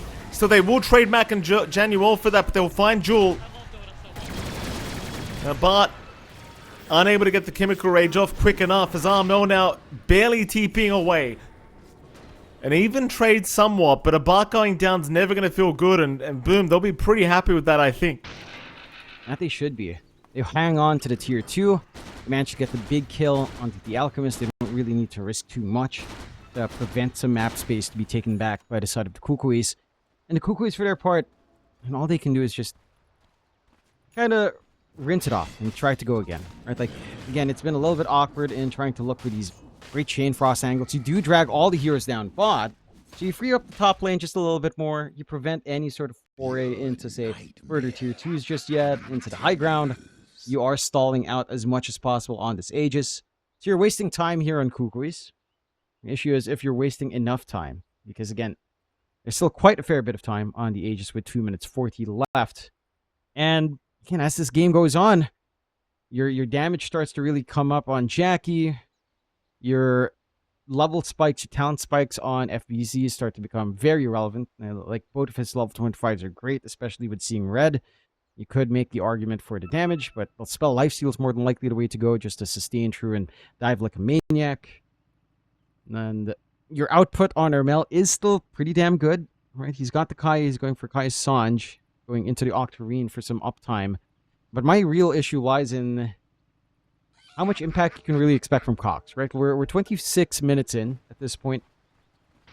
The Crippling Fear is still strong, don't get me wrong, but you're playing that into BKBs now. How strong is it with some fresher BKBs on, say, Jackie and Mac? Probably not that effective. The FBZs is the one that's whittling down, but even he still has 7 seconds. You're not at the lowest charge yet. So your threat with coming in with Crippling Fear doesn't feel as big outside of picking off the backline, but even finding the backline hasn't been the simplest thing for Kukuys to consistently do. So I'm curious to see how Cox decides to itemize in terms of trying to keep himself relevant in the game. He's queuing up the Nullifier and the Blink Dagger, and that is one way to get into the back. That's one way to try to keep some control going, and taking away the save that has been coming out from Tims every now and again with the decrep. You have some ways to counteract, but again, it just feels much more complicated for Kukuys. Unless FBZ kind of alone right now. His team is making their way over, but FBZ, he'll survive. The Bloodstone will keep him alive. Keep in mind, he did have the Aegis anyway, but I would have thought maybe he would have been a little bit ill-advised to lose it while your team isn't even around. That it would be. I mean, he does force out at least some spell usage. Chain Frost gone for a minute. And there's a little bit of an opening for you here on the side of Boom. And that is, again, a little bit of the ace in the hole here for the side of the Kukuys. You are seeing how challenging it can be with Growing Cold instead of the lasting freeze or the Chain Frost. Like, it's just fading away. If you manage to get continuous bounces into your Ice Bar, it just feels like FBZ should just be dead. But again, you're not seeing that opportunity. Even waste the Aegis life. One last outer tower here, but the side of Kukuys will actually look to force something out. I mean, if they can kill FBZ, most of the problem's just gone, but he has 2 lives. So they can't really deal with him right now. Instead, they're wrapping around, but this fight already looks kind of over, as FBZ's actually just dealing with Ponyo on his own. Poor old Ponyo just going to get taken out very quickly here by FBZ. Bart's still hunting around. He's found Jackie on his own, so he's going to make the move in, trying to go after the gyrocopter. Jackie's going to be trapped in the cogs, but he'll get the BKB off and just try to retreat. Meanwhile, they'll move on to the Pugma, but it's complete chaos here in this fight. It's not looking good for the side of Kukuys now as FBZ. He'll start to get to work. Bart, though, he'll be protected here by the Glimmer Cape as the Chain Frost bouncing between the Spire and FBZ, but Bart is just still trying to run away, not giving the opening for FBZ to finish him off. It's 2 down for the price of nothing somehow for Kukuys. Aegis expiring in 2 seconds. Mac's going to TP out. FBZ's been left behind though. Cox is going to see him, but they're still not confident in their ability to deal with the Bristleback. They'll just take the win and they'll come back another day. That's very impressive in how the side of Kukuys hold out. It does cost them the buyback in Ponyo, stalls out the Ags for the Lich, but very worthwhile to just remove the Aegis threat, again, waste a lot of time, prevent them from going for your last outer tower, giving you some reach into that top jungle, at the very least, some map control to play with. And again, you keep yourselves in the game here. Some key timings set to come out for a bot. Once he has that Silver Edge, I think you have ways of handling FBZ at that point. He is still a big threat, but he's not going to be as tanky as he is presenting himself in these fights. This is going to be a very, very big item spike for a bot to find for his team. And again, the game is starting to reach the point where there's a little bit more play on the side of Kukuys. It's still in Boom's advantage, and your net worth advantage is just ruining what Alchemist wants to do. See, the Kukuys out with the smoke, but so will Boom. This is going to be the Silver Edge reveal on a bot, though. This could be massive if you're not ready for it from the side of Boom. Radiant Oh, they're coming. BZ spotted again. Jewel. Hookshot out immediately. Does not want a bar of it. Mac now having a hunt around. Smoked up himself in this tiny. Will have it broken by Jewel, but Jewel... Whoa, no toss back! No toss back. I think he may have lost vision there for a moment. Meanwhile, Jackie was jumped, forced to pop his own BKB, so... A very, very messy start to this engagement from both sides. The best you really get out of this is a BKB was forced from Jackie, but that's about it. Both sides will walk away with everybody alive. Still such a close game between these two sides. Even Dota Plus is currently just 3% ahead for Boom Esports, but you know, really nothing to write home about here. It's still anyone's game. So the next Roshan, of course, going to be ultra important for either team. And I wonder at one point this Bristleback starts to feel a little bit lackluster, because it really hasn't dropped off at all yet. No. I think the Silver Edge timing is going to be key. We haven't seen it implemented yet. We haven't seen that break hit FBZ just quite yet, but once you do, I think that's where we'll see the extent of what FBZ can do without that durability. Bart's really playing on the edge. Quick blink away, avoiding the avalanche that was coming. And he was completely alone that time around as well. Still, they'll head down towards the southern side of the map now. Boom Esports, they'll control the northern side. Of course, Roshan, we're going to find that in 10 seconds when it will be choosing to respawn. They will try for a quick Tormentor kill. And it's a long Roshan time. A little bit more of a wait. Rather unfortunate, I suppose, for the side of Boom, as they are the ones pushing in right now. So they would have loved a little bit of a quicker Roche, cover themselves up. The side of Kukuys, I mean, I want to kind of give them props. We haven't seen a game where Alchemist just doesn't have a massive network lead for his team, right? Like, you only have a 1k advantage on Kukuys. I think it's only gotten up to 3k, and the game has still felt playable.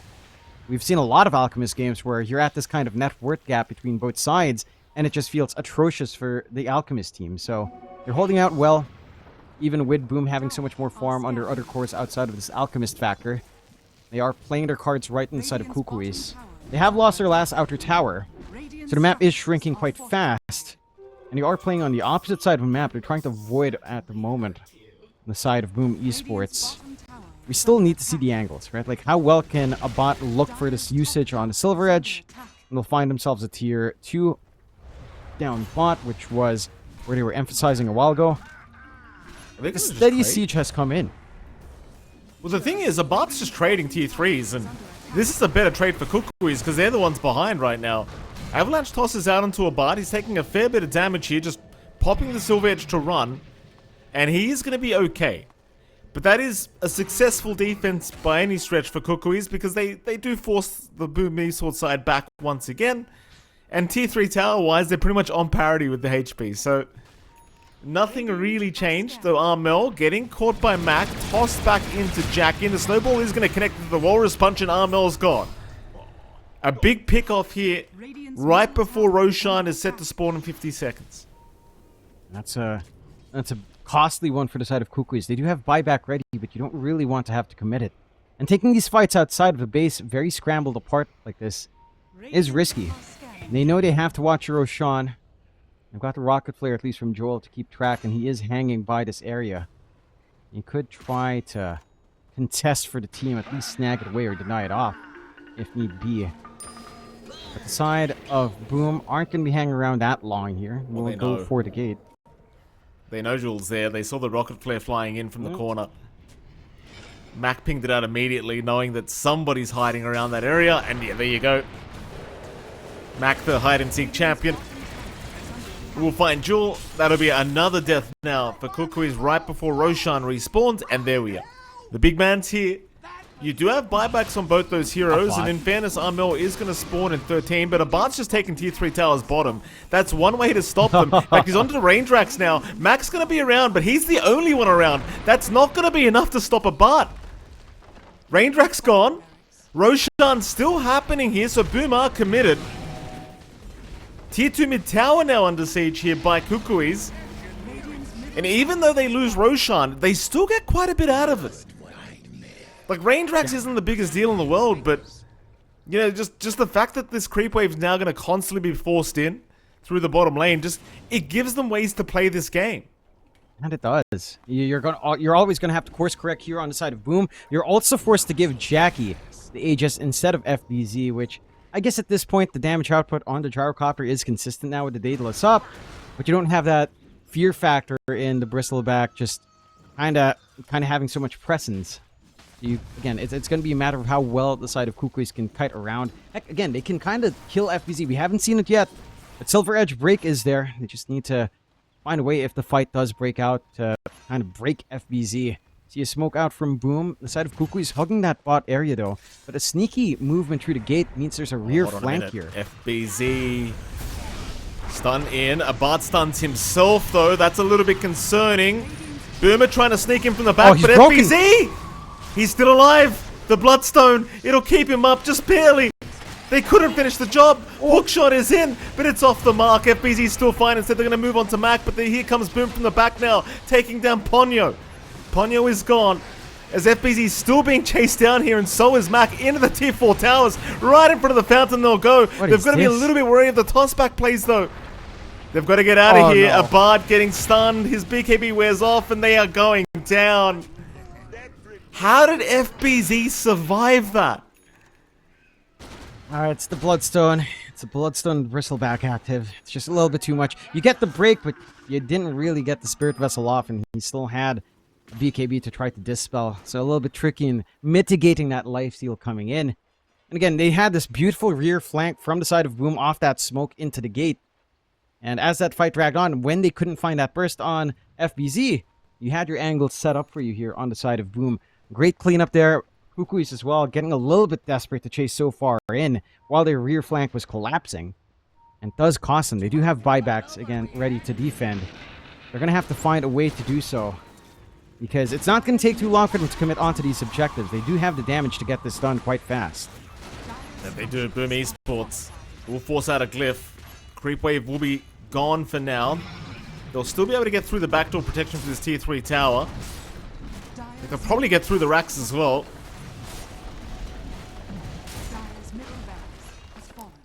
Suddenly one rack's up is Boom.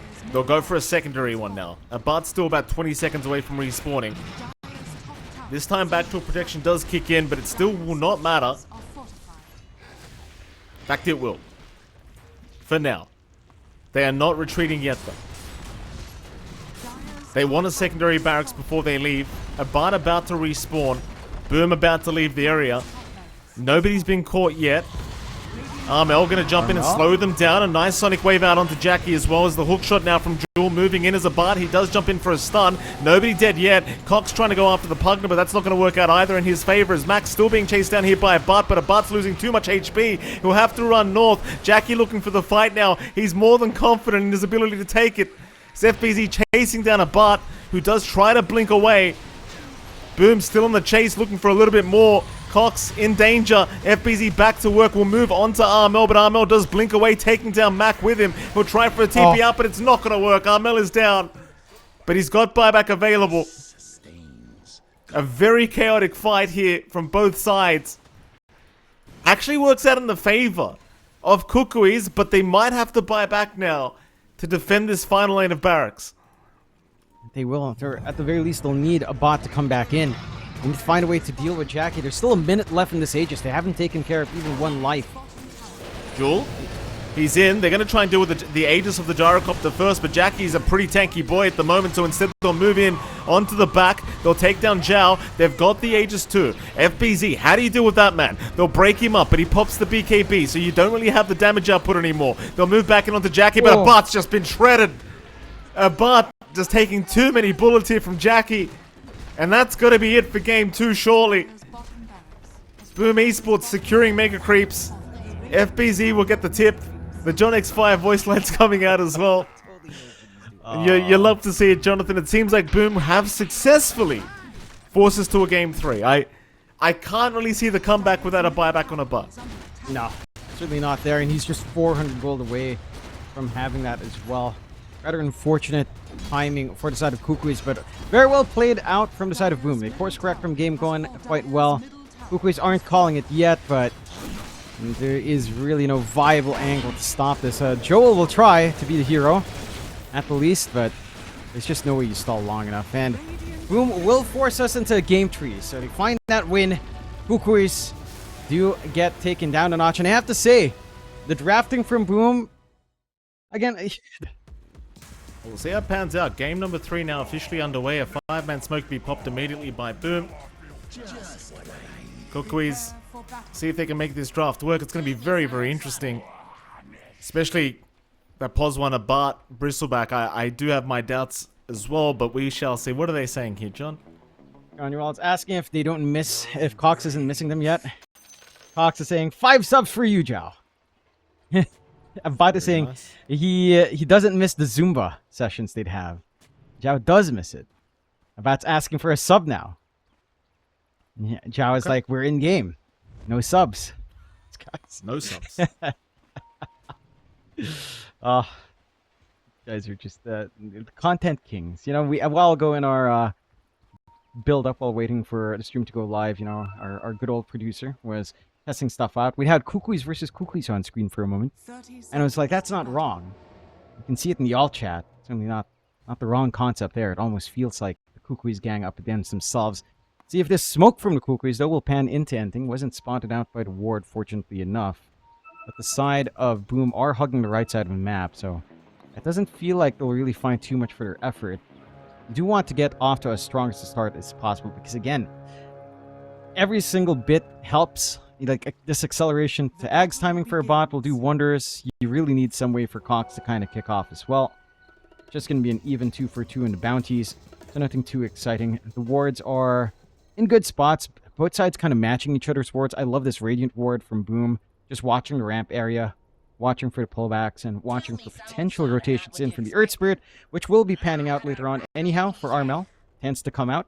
This matchup for Armel on mid as well isn't that amazing. It's like Earth Spirit up against Shaker. Shaker tends to have a really good time here, as they will be able to just right-click harass, deny the creep wave. Armel always has the boulder smash at least catch up, and he should have a little bit of a decent time in rune control, but certainly is a lot easier for lane for Mac than he's been experiencing perhaps in the past few games.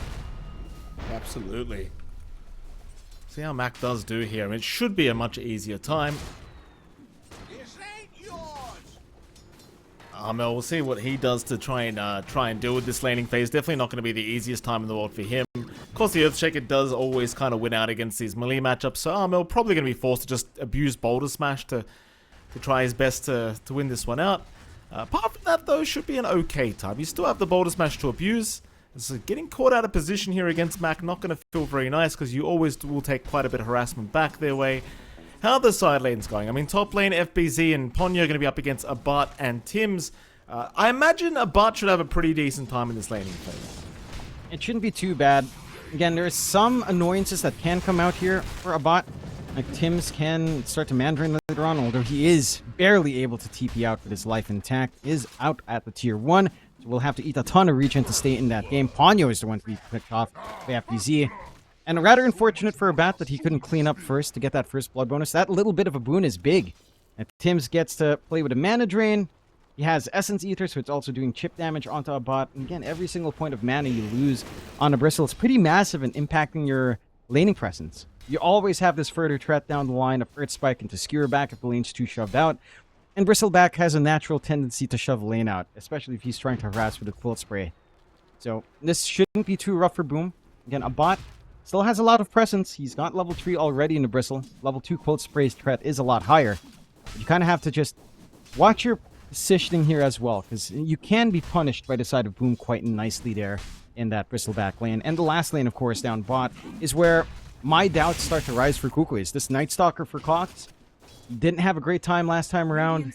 Isn't really having a great time right now either. Only 1 CS right now on the Night Stalker. A free lane for Jackie coming in. And this is just not what you want to see. And it's a rough lane for the Night Stalker. You're playing into Undying with the K-Spam.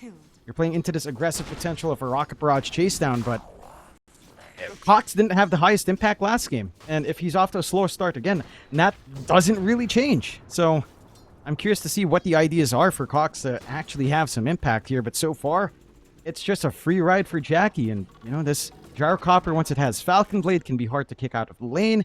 Farming pace can kick up into the Power Tread's timing, and you just kind of run from there. There's just no threat whatsoever on Jackie to slow down this farm early on. No, there is not. Bit of a pull here from Jewel as well, just trying to give Cox the laning stage he would have liked last game. And so far for Cox, it is a bit of a better time. I mean, it was a slow start again, but, you know, just keep pulling the wave. Give him the initial XP. I don't think the lane is quite as dangerous as it was as well with the Tusk. Like, the Undying is still very annoying, but not as annoying, I don't think. So the kill potential should be a lot lower here against Cox, and well, we'll see what Zhao can do. I mean, it's not really that simple, but it should be a little bit better. Radiant structures Good are view. fortified. And they do have some time. They've got the vision on Zhao moving away, so Jackie is alone. I mean, he is, but it's not going to end up in a kill. Just a lot of harassment here towards Jack.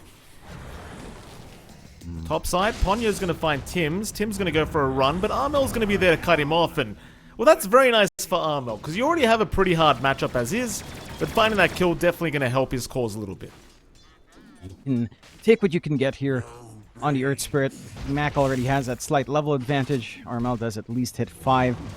But you really need to get off on a stable start, because again, your offlane isn't really set to do so. You do get the opportunity to at least TP in and get the... Sorry, I can't hear a word you're saying, John. Yeah. The audio just went crazy. Yeah, it's the same thing. I've just a little mute tab right there could fix the issues, so as it won't sort the issues out for Armel. Again, that 1 kill is important to find, but he needs a little bit more. This lane is still being crushed by Mac, and it is just set to go. The only lane that's going really well here for the side of the Kukuys is a bot's lane. He is free farming on that Bristle. Again, there is some threats that can come in. A lot of nuisances out from Tim's. No mana left for a bot, but they will get the entrapment here. They will. But we're going to be able to find Tim's. A nice pickup here for a bot. He's having a very good lane as well in this Bristle. Like, it's not like he really needed these kind of kills to fly out, but it's certainly very welcome here for good old Abad, and I think it's the last guy you want to be handing over free kills to right now as this man. It's not very advised. Certainly not. And again, this timing for a bot to hit into the axis, kind of key for the tempo on the side of Kukuys. It's what will open up this game in a meaningful way, as we saw from FBZ last time. And again, you're kind of set to have that ride here for a bot. My issue is that there's no one else to benefit off of that. They do manage to snag away the Lotus at the least on a bot, so he's got some flash mana to play with to threaten. Down mid though. Oh, they're going to find Mac, or rather Jewel here. Mac will be very happy with that. Jewel, what was he even doing there? Was he just trying to set up a kill, was he? Radiant's top tower is under Yeah, attack. trying to get some relief out. Does get punished. They were looking to play into the haste, which Armel does pick up at the least. And you know, Echo Slam being committed for a support kill, you're not too unhappy. It means there's no way you're clearing out, say, big stacks. There's a window where you can try to contest. There's a window where, and you could look for the clump up yourself. As a bot is starting to dive like a bit of a maniac here in Bristle. Yeah, he certainly is a bot. Not finding Tim's yet, almost there. Armel, meanwhile, going after FBZ as Tim's still trying to run away, but Abad's still just chasing him. You know, the tier 2 tower. But he is going to be blocked off. So, no kill to come out of that one. But FBZ does lose his life, which is probably arguably more important anyway. Yeah. And again, you're getting some activity out for Armel. You even get solo activity out for Cox down bot. Getting that pick off onto Zhao is pretty good. And it is a bit of a better time for Cox in comparison to game 1. We aren't seeing that aggression that you'd expect. He has managed to get that spacing down from Joel constantly pulling. So he will hit that 6 spike where there is a threat with the Dark Ascension. And they're still emphasizing mid. Like, Ponyo just comes in, bottle TP, refill for Armel. Constantly playing off the back of this mid, trying to slow down Mac and maybe looking for openings. It's a little bit rough, though. Like, the side of Boom is also just keeping Zhao camped on this lane now, as well as there's no solo pickoff threat onto Jackie, and they still have these protective wards to watch the movement into that bot lane if any were to come out. But the Gyrocopter is still kind of having fun farming up. It's been a little bit slower for Jackie. But again, it's not really being forced out too hard. You still have massive stacks that will help you catch up later on as well. And again, for the side of Kukuys, it would be ideal if they could scout that and try to clear it out themselves. But Boom are still fairly secure in this area. No pressure onto tier 1 towers just yet. No deep wards coming out from the side of Kukuys. You are free to just kind of have that farm secured for yourself. Whereas for Kukuys, you don't really have the stacks built up in the triangle. Ancients aren't really built up. Large camps just slowly being poked down. And you have been really forced in hogging Armel on mid. He is not camping mid. They've given room for Joel to soak some EXP. But Armel's also not been able to find activity. Again, these defensive wards from Boom, you make it hard to find angles. They just hug the tier 1 on the side of Boom, go behind the tier 1 and farm. They'll try to force the issue just a tad bit on Kukuys, but they are just looking to pressure into a tier 1 take. On the side of Boom, will get the movement through the gate. A bot is by himself and is relatively far forward if they wanted to try to kill off him. But Scan should provide some window here. They're moving in a bot. He will get caught by an RP. Tombstone dropped as well, but he's pretty damn tanky. They'll drop the call down on top. The bot's still going down. Eventually might fall, but Jules going to be there to try and help out. Zhao is sticking around hoping for a decay from a mile away, but he may not really find it as the bot does run south, completely avoids the decay that was incoming. They even took out Jackie while they were here, so a horrible fight here for Boom.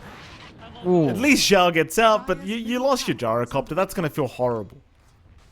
Yeah, and that was a very forced movement out from Boom, right? Like, it was from Kukuys making this long walk down bot, cutting through behind the tier 1, and then taking the gate. The scan was right on point from the side of Kukuys, because no one was showing bot, right? No one's coming in to clear out the creep wave, no one's defending, and no one was behind that tier 1. So, just gave the signal for them to start to TP in. Again, this accelerates a bot's timing into the Ags. Every single time you're not able to kill him, every single time he's just able to keep farming like a madman. 2 parts away from full Aghanims on our Bristle. On the side of Boom Esports for their part, I mean, they've got their own spikes lined up here. Like, you've had a free time for Max so far.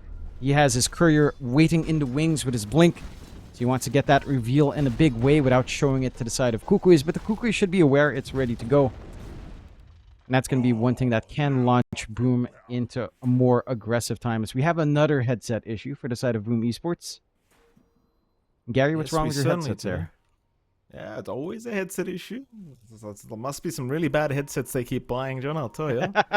Hate to be a headset sponsor for either of these SCA teams, I'll tell you what. It's maybe that's why we can't get any headset sponsors, John. Just none of them want to borrow this. None of them want to be part of it. Oh, yeah. At least it's a quick fix. And again, for the side of Kukuys, 2 to 5, less than 1k lead. You're hitting your strides. You're about to hit Armlet as well on Cox. He's got free reign bot. These are starting to come in to try to punish, though. Just a quick crippling fear makes it a little bit hard. Not even able to really find the deny yet. We'll get it eventually. But they are forcing the issues on the right side. Like, even if you lose Ponyo here, you're kind of glad. Because, again, it's not coming out to a bot. It's not coming out to Armel. It's onto this bot lane. You still find the objective, and you're still maintaining the tempo. In fact, they're looking for inways up top here. Relatively deep. If you can find FBZ, would have been nice. Or not. FBZ is going to be okay. He's just fine. You know, a bit of a tough time already for Boom. Like, the start of this game's gone pretty damn well for Kukuys. Not to say it's gone too badly for Boom, because they do have a blink now on Mac, and Mac is still top of the net worth board, but certainly not the smoothest start to the game, because you start to fear about how well a Bart's doing. We saw this last game, like this Bristleback, once the Ags is up, becomes a nuisance, gets the Bloodstone, then becomes unkillable. You don't want to allow him to get to that stage. If you can avoid it, you know, not very fun. It's really not. We'll see if they can stop it. Top tower is under attack. Yeah, it's going to take a lot of effort. And there's still some opportunities. The Bristleback doesn't have the highest HP as of yet, at the very least. At the same time, a bot did go all in on Bristleback, not even getting the value point with the Nasal Goo. So, he is a little bit tankier if that back is turned. And Boom are trying to clump around, still constantly looking for that pressure up top, but they need to take care of this objective first, and the bot just bails out. Right, like he has a good read. I think a little bit of that movement through the mid-river was spotted out by the wards. So he just has that game sense to leave and farm elsewhere. And again, this is when you're really strong on the side of Boom. You've got the Echo Saber already up in FBZ. Like you were mentioning there, the blink for Mac a while ago that he was hiding away is just clearly seen. His blink reveal as well onto Fox wasn't quick enough with a crippling fear. They're able to start pressuring bot. And Jackie doesn't get caught out by the roll, but you can see just how confident Kukuys are in crossing the river and just applying pressure that way. Side of Boom. I mean, you're still, again, you're not doing bad. It does feel like some of that early impact we were expecting from lane didn't really materialize. And now you're starting to play into the timings of Kukuys. Blade Mail fully up for Armel. Armlet for Cox is flying in now as well, and we have seen how durable the Night Stalker can be once that's up. You've got your level 6s up in your supports. You've got the hookshot ready to go on Joel, and we've seen how great those hookshots have been. They're starting to set up for a defense up top. They've got the Invis rune active on Armel, so he can scout out here. If you can find a good angle, they could finally start to find some pickoffs. See if they can make it work. Echo Slam committed. Mac, he's going to make the jump in, but Disruption is there onto the Clockwork, so they can't even find that yet. Mac, he's in the middle of nowhere now. Mac is down. Jewel will not go down himself as FBZ also caught. Hook shot in. He's got no escape out of this. Oh, another horrible fight here for Boom, and the Kukuy is there, just always ready for it. They were really great patience from Armel, right? Like he was scouting out with that Invis rune. He doesn't pop until Mac actually is the one to commit onto the Clockwork. Like Mac initiates, you get the angle out for yourself on Kukuys. You have the ace up your sleeve. And again, you get that jump you're looking for. This is starting to go a little bit sideways for Boom. You lose your 2 tempo cores quite quick. You are buying space for Jackie. And he is still set for a decent timing on the Ags. Now you've got to deal with a bot's Ags already being up. With all of that durability and damage that it provides. With all of the durability you have just from the armlet on Cox. And you have to be a little bit concerned about this on the side of Boom Esports. There is faith into scaling late game. I guess there are ways to try to mitigate the output of this Bristle. Whether or not it will be enough, I mean, we'll have to see. As from the side of Kukuys, it wasn't enough in the last game, for sure. Maybe Boom has a better idea onto how to handle that. 2-7, less than 1k lead for the side of Kukuys. And they managed to take a tier 1 tower off the back of that. They are still in a interesting position for Joel. They're starting to collapse here. This could be a good angle for a big hook shot. Just Zhao's going to be okay, though. Yeah. I mean, they're still looking around here, Boom Esports, seeing if they can find a way to force a fight.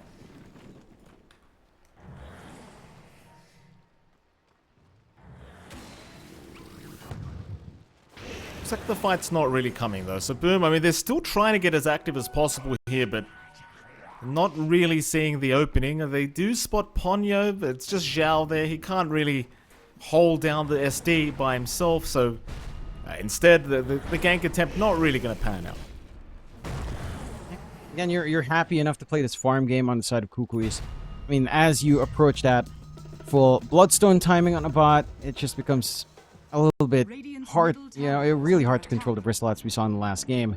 You have the Veil coming out on Armel as well, all done into that Shivas.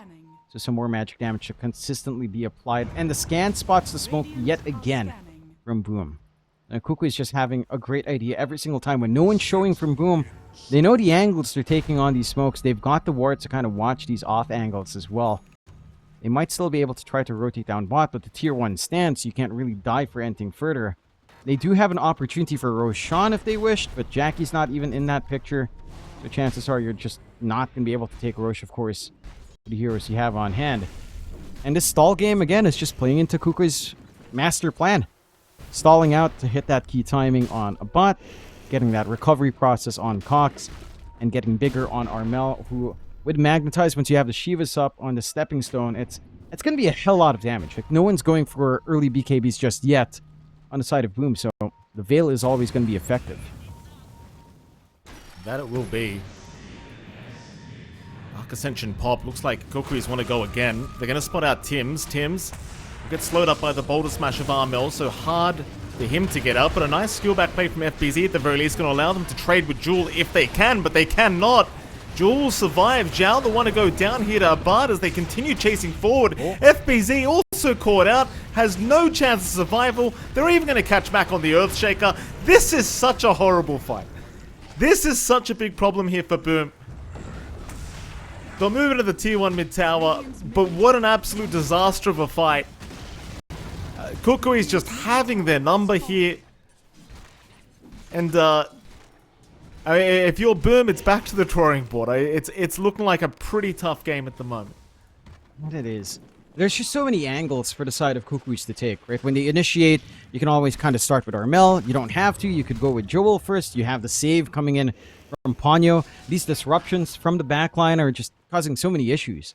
And your backline jump on Boom, it's not fully ready. You went Harpoon on FBZ, so you don't have the Blink. You have the Blink on Mac, but he doesn't have the Ags up yet, so he doesn't have that Ultra Mobility to try to find that backline. And you don't have the Blink on Tim's up either. He opted for the Cloak pickup, trying to go for the Glimmer Cape defense instead of offense here for the Lion. It's just hard to look for angles in. Abad going a little bit ham here, though. He certainly is. Fish finger out Abad. Uh-oh. Yeah, I was just saying Boom are having a pretty rough time, but Abad just sacrificing himself for no apparent reason. Just trying to find a quick pick off of the Tims, but that's a massive miss from Abad. Could have just been farming this whole time, but no. He had to go die, and well, now Jackie, he's probably going to overtake in net worth. Not that that means he's going to be able to fight the Bristle yet, but certainly gives Boom some kind of confidence here in this game 3. It does. It's a pretty big gold swing to just toss out for no apparent reason. Doesn't even deny area control away. Kukuys will have to try to compensate for it. We'll go for a smoke play out with Ponyo, Joel, and Armel. And they still have some angles to take here. Roll in. They're going to find the Shaker. Mac will go down. Nice start again. Mac's a pretty big deal to just take out like that. Chase is on. They'd love Jackie. Roll's going to be a little bit short, but Jackie's still being slowed up. Here is Zhao going to drop the tombstone, trying to protect. Jewel trying to get within range to catch that gyrocopter, but instead they're just going to have to focus on the tombstone and deal with the Undying. But here comes the turnaround now as Jackie will drop the call down, does take down Jewel, but Abad wants to continue chasing. He'll get the goo out. You've got Cox there as well, so this gyrocopter still being targeted. FBZ will at least drag Cox away, but it won't really matter. Jackie's already been lost. Now Abad can move right onto Tims, takes down the Lion. Januel is still alive, but surely not for long. Armel will roll in, though he is a very tanky Undying right now, so maybe not so much the idea to try and keep going, as FBZ now back on the hunt, looking maybe towards Armel, but misses the skewer. And Armel going to be okay to roll out of there and retreat. So another good team fight here for the side of Kukuys. A little bit of a dicey affair, but Boom just not able to find that angle in. And it's complicated by the fact that, again, FBZ is very reliant on just Harpoon skewers to try to put someone out of position. He's trying to go for the BKB into the Yasha Sanj instead of the Yasha Kaya for that added cast speed.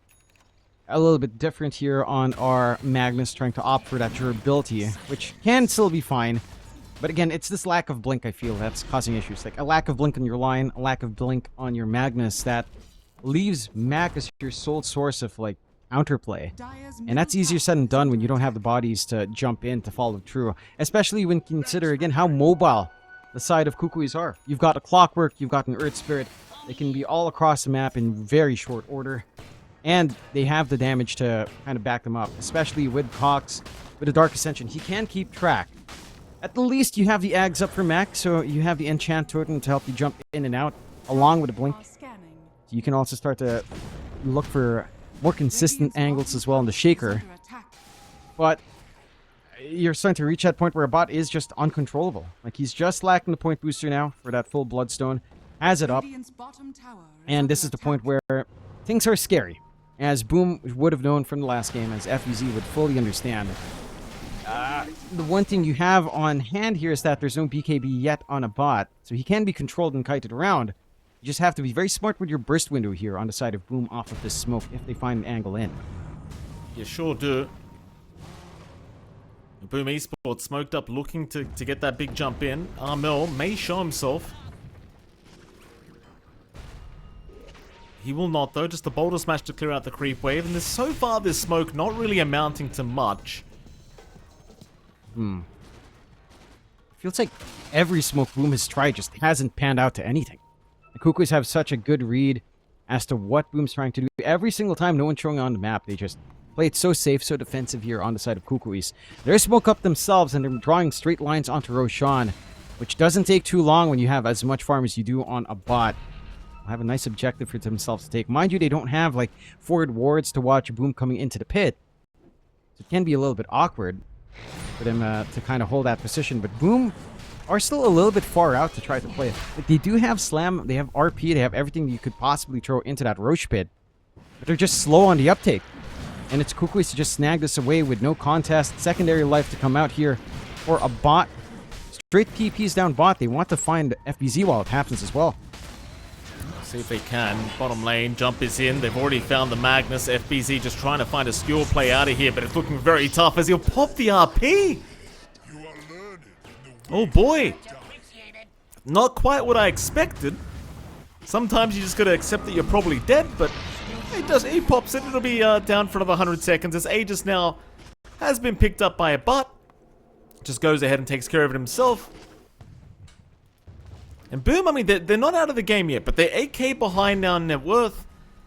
It does feel like Kukuys are just well and truly in very strong control of this game, number 3. Boom, I mean, they're going to try and make something happen mid lane, but you just see how much they have to commit. Echo plus Finger, they'll secure Jules' life. But it's just desperation right now from Boom. That it is. And you can take what you can get, considering the state of the game, but that's 3 of your big ultimates just down. So you don't have RP, you don't have Echo Slime, you don't have Finger to threaten into the next fight, into these 2 lives of a bot. Still has the full 4 minutes left on that Aegis, again, very fresh on hand. With a 7k advantage on Kukuys, they can just start to clean out these outer towers. Bot's gonna be shoved in by a bot. Again, he's going for Sanj and Yasha. Try to have some stat res of his own and a lot more durability as well. Not even caring for something like the BKB in this kind of game. And for the side of Boom, you're going to have a BKB on Jackie soon, at the least. So you can stand and hold your ground now on this Gyrocopter. Maybe something like Daedalus can come out here. It does feel like you want the break option to be up on the side of Boom. And it feels like you've got some great Silver Edge carriers. Like Mac could be one. Jackie isn't the shabbiest carrier of Silver Edge as well. If you have any concern about this Bristle. Because we have seen a bot die before, but it just feels like it takes a massive commitment to get it done. The break would just simplify that process if you could find it. I'll hook off the mark here from Jewel. Unable to quite catch Tim's or Jackie.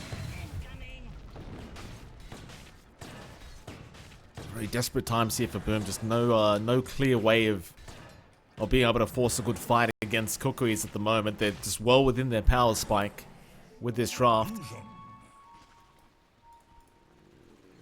BKB's starting to be worked on, of course. Mac and Jackie both going for their own. In fact, Jackie's already got his. The Silver Edge obviously could be a game changer, as now Bart is going to find Tim's once again. More than happy to just move in. Mel will clean up. See if they want to go after Zhao or Jackie, but they are a bit too deep. A bit too far past the tier 2 mid tower now. So they will just leave them be. But again, you're just truly in control. Like, a Bart's uncontestable at the moment. Especially with the double lives up. Maybe with the Silver Edge, like you mentioned, Johnny, it could be the game changer here for Jackie, but even that's going to be tough, because we saw it last game. Like, you get a BKB, you know, you just wait for the Silver Edge to be used, BKB up, and you're really not that afraid anymore afterwards. No, certainly aren't. I mean, again, a bot in this case doesn't have something like a BKB, but even just the stat res, a lower duration break could still ruin you. Lower duration stuns on the Hex and the Earth Spike still provides a lot of opportunities for a bot to just play around. So you don't mind that at all. I think some creative tools, again, it's stuff like Diffusal, but I don't know if you really have room to try to mess around like that. Trying to go for like Diffusal Gyrocopter, as is the legend, to just stop the bristle. It feels like that timing's just gone. Try on Harpoon to Ponyo, but that disruption save again is just there. Missing out again, even on the simple support pickups. It's not simple whatsoever. They've got another BKB now. Max got his own just in time for this fight, so it could be decent timing here as Jewel is going to get bursted down straight off the bat. Still, Cox trying to move on to FBZ, but will back off. There's now a Bart moving in, going after Zhao. Can't quite finish the job yet. Keep in mind, Age is still up as Mac now jumping in. A big Echo Slam. He'll take down Ponyo. Now the RP onto Armel. They've got the Earth Spirit controlled up. Armel is gone. It's a great fight for Boom, but a Bart is the big problem. Can they deal with the Bristleback? Cox will find a double kill. Chase is on now for Jackie. Jackie trying to run. FBZ is by him to try and help out. And it seems like they're going to be allowed to get away as Boom do take a pretty good fight. And that's honestly the best case scenario. Again, you're... I mean, he's still going here, Bart, but looks like Boom, they just don't want to deal with him. I mean, they're doing the right thing. They're completely ignoring a bot. The same thing that we saw Kukuys do in the last game, where they just tried to ignore FBZ, is still effective up against this bristle. Like, that's the one thing. If you just don't give the bristle an angle in, and you just ignore him, you kill everyone else. Everyone else is still, you know, your opponents aren't 5 bristlebacks, so they will still die.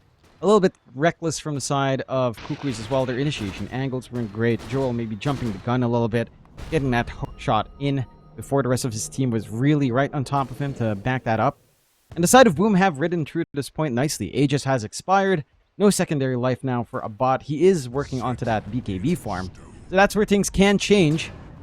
Even with, say, this eventual build-up into Silver Edge and Satanic for Jackie, just having that debuff immunity on a bot means he has less to care about. The only thing you have to be scared of at that point is really the RP of FBZ if you can catch him out in it.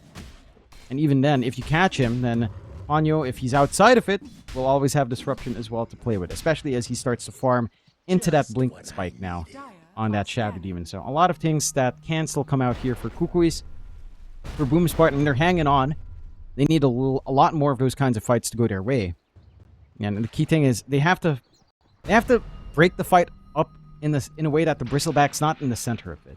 Right? Like, if you start to drag Kukuys back, or you drag this bristleback too far forward and everyone else is left behind, then that's where your opening is on the side of Boom. We'll see another attempt with a smoke, and none of their smokes have been successful so far.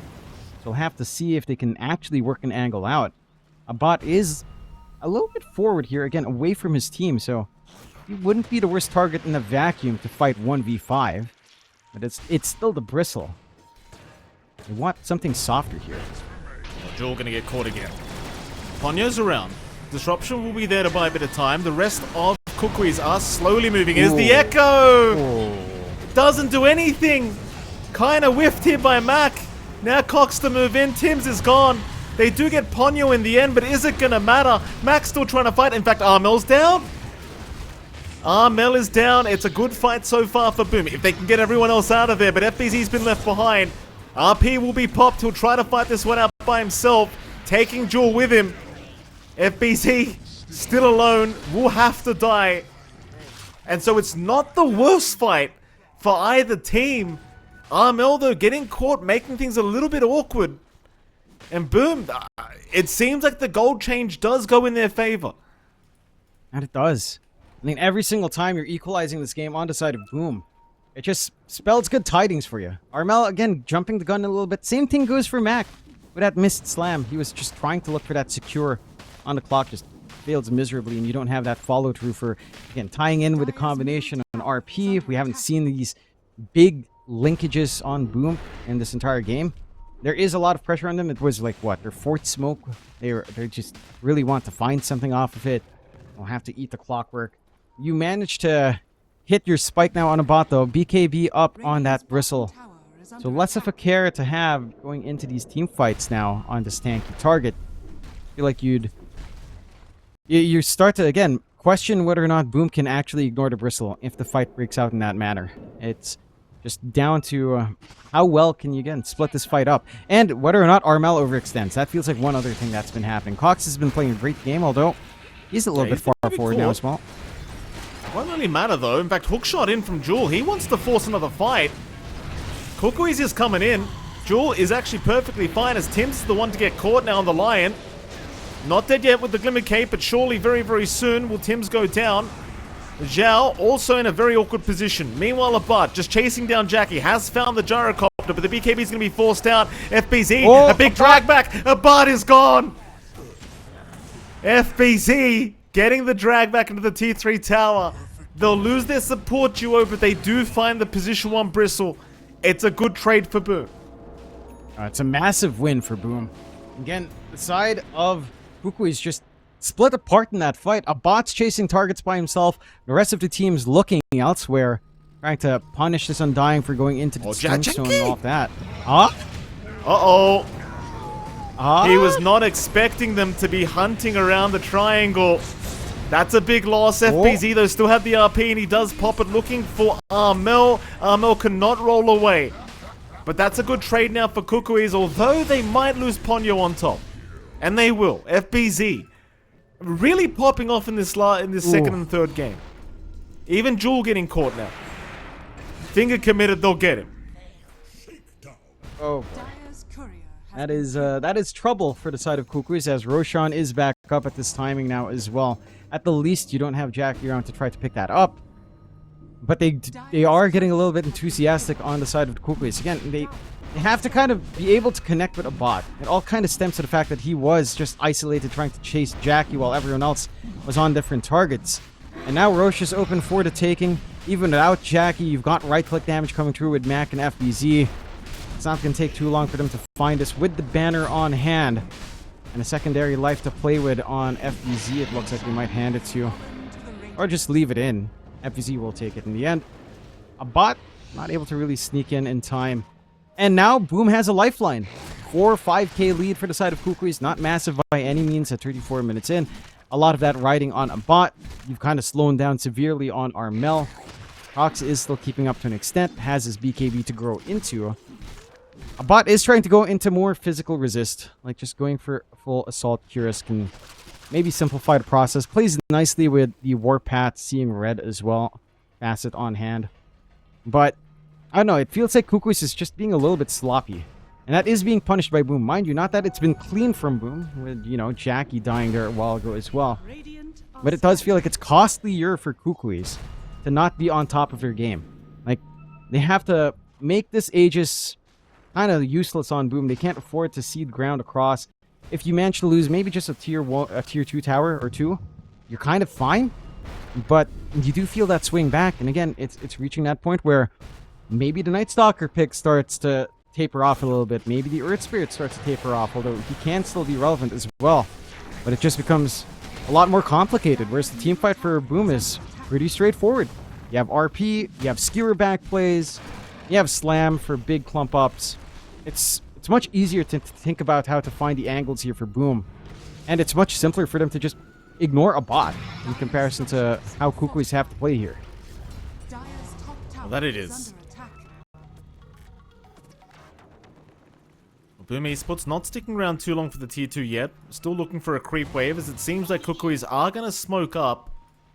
What do they find first? FBZ going to be spotted. They'll make the jump in onto the Undying instead, but they won't be able to burst him down. Bart, meanwhile, running right towards Jackie, trying to go for the gyrocopter man fight. Not working out in their favor. FBZ and the Echo. The RP committed to boot. Armel, he's in trouble. Trying to find a roll out of there, but it's not going to work out in his favor. Armel is in danger and he's gone. Bart still trying to fight as Cox does find Mac. FBZ being left behind does also go down as Jackie trying to TP away. Barely makes it. Just barely. But FBZ will be left behind. Aegis is gone. He will die. Ultra kill for a Bart now. Dire's top I mean, you would have loved to see Jackie die as well if you were Kukuys, but just almost like half a second off getting those final clicks in. And nevertheless, they are fighting back. That they are. That was just a huge mess of a fight as well for the side of Boom. This time around, they managed to get that actual RP Echo Slam combo. It's just, they're already cut off by the clockwork. You did get the proper isolation you'd want here for a bot. He's able to stay outside of that entire mess and just spam out the quilts, spam out the bristleback active and the hairball. And the side of Boom were just too clumped together. This time they could not ignore a bot, but they had to face the front line elsewhere on the side of the Kukuys. 7k lead coming back on Kukuys. They completely nullified that Aegis, which we were just talking about. Had to happen if they wanted to maintain control in this game. And they can start to... I don't know if you can fully think about the high ground. Buybacks are still there. Echo Slam's half a minute away. Or Echo Slam is back up. RP is a half a minute away. And you always have the skewer back plays that can still be scary for a bot. You're also very close to the full silver edge now for Jackie, which a bot might not mind, but he has to be very smart with his BKB use as well. They will at least get the 1 rack's advantage here on the side of Kukuys. And that does leave one lane, and that is always under pressure now, and that Boom will always have to rectify. So a lot of back and forth, a very close game tree, but Kukuys still hang in on control. They get the big spike on Armel as well. Full Octarine up. So more spell Jackie. spam to come in. They won't be able to catch the gyrocopter, the Shadow Blade allowing Jackie to get away. Radiant's top 5-man smoke now. They want to try and get something done, and they do see a Bart. They might just drag him into the tier 3s. And they will. A Bart already losing most of his HP pool. Can't get the Bloodstone off. A Bart is down. Oh boy, he is gone. A Bart just playing so confidently out of position. There's no need to play so far forward like that. I think he was waiting for his team to get in position, and to be fair, it does feel like this time around, I don't think that play is unjustified. Like, say, if you managed to get a disruption save on Ponyo, that game would have been different. That fight would have been different. You'd have the angle to re-engage on the side of the Kukuys, but your Shadow Demon was just a little bit too far. Has the Eye of the Vizier, doesn't have anything like the Aether Lens or the Blink up yet. Has it now for that flash save, but I don't think they calculated that properly on the side of Kukuys. So punishment to come out from Boom. Gold lead swings back down to just 4k, and they lose that tempo to look for another high ground opening. No buyback on a bot either for 40 seconds. So a little bit of a window here for Boom to get things going. We'll find a tier 2 on mid. There's still a tier 1 bot they have to handle. So the damage they're doing on the map, not as big as you'd want it to be, but it is certainly leading into a little bit more of time. Like, they get some forward wards down. Triangle vision is set up here by the side of Boom. Next Roche we'll see in about 2 minutes when it will be back up. So you will have that. And you have your flash save ready now on the side of Boom. Blink up on Zhao with his shard. He's going to be able to get the tombstone saves onto his allies now as well, complicating things for the side of the Kukuys. Damage coming in now for Jackie as well with that Daedalus, along with that full silver edge. So again, it's a matter of trying to find a bailout for a bot. He is trying to go into an Aeon Disc. It's necessary. If they're going to commit this much onto him, have the Aeon Disc, turn around, wait for it to fade, pop your Bloodstone on, and kind of reset. Could be the way to go. Is to look for a smoke out here in Kukuys. They will. Mid lane.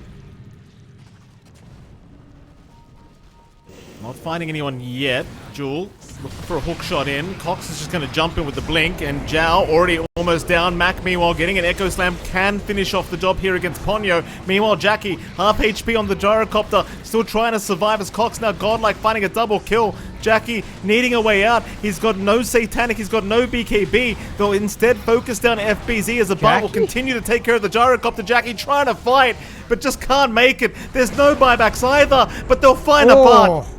A Bart will go down. Mac will TP out. It's still going to be full wiped here from Boom. And there is time for them to go high ground if they realize the buybacks are not there. But they will have to do it without a Bart. It's a scary situation to kind of force that, but they'll have to try. A little bit strange for him, but he was broken right? He was broken. He was standing his ground up against Jackie, but he wasn't right-clicking. He was trying to use his bristleback while broken. I don't think he realized that he still had a broken window there. He wasn't doing as much, and we're talking about small margins, but small margins are what are what matters in Dota at this point with such high-level teams. Still, they will look to force the issue here on the side of Kukuys, and they'll find out very quickly that there are no buybacks. They do have a little bit of a window to try to force things in. There is some damage coming in here from Cox anyhow. See if Mac can try to put in some work. He does have the slam ready again. He did get the refresh off. Oh, nice hook. Jewel from a mile away, landing the hook onto Zhao. Zhao will go down. Another one down here for Boom Esports, as Kukuys is now very, very close to securing this best of 3 lower bracket final. They'll get 1 racks up. Jackie will be available in 13 seconds, so probably not going to be able to stick around for any more. That bottom lane will be left, but they are 2 racks up now for Kukuys. Boom Esports not out of this game yet, but I mean, they've really got to kind of buckle down here. It's been very tough. Couple of fights here and there, most of them being off the back of FBZ, I feel like. Like, FBZ's the guy that's really setting up these great fights for his team. But it has started to prove to be quite challenging. And it has. There's so much pressure on FBZ to just look for these harpoon skewer backs. And he's playing without the blink as well, which has been pretty impressive that he's still finding angles. A bot. Yeah, a bot. Still playing around with Jackie. He's buying time for his team to get there. A bot them. Has he waited too long? The Silver Edge break is out. The Echo Slam committed. A bot is down. No BKB ever came off, but he buys back. He's back into the fight. Tim's is gone. Cox will take care of him. Chase continues now for FBZ. Hook. Oh, it's barely off the mark, but it doesn't matter. Jewel gets him with the cogs. Silences out. FBZ down. 90 seconds without the Magnus, and that is massive. I actually can't see a defense happening without this Magnus up. No. And no angle in. No double slam as well for 100 seconds. We'll have at least 1 slam coming back up soon. And Cox is putting in the work after a bot cops everything. And it's just tricky for him to find the angle or find the timing to use that BKB. And they are finding windows to burst down the Bristle. But it's like what we were talking about. It costs so much to kill the Bristle that everyone else is free to play their game. Still trying Jackie is on the defense here. He's got to give it a crack. I mean, this is the last game they have. But Mega Creeps will be incoming any moment now. And there you go. And now the game becomes infinitely more challenging for Boom Esports. Mega Creeps are abound. The game is not yet over, but it's maybe like a max 10% chance of being able to pull off a comeback here for Boom Esports. As well, now Roshan's started as well by Bart, so Bart gonna make life even more challenging. Aegis up, Aghanim's Blessing, and Roshan Banner all available with this Roshan.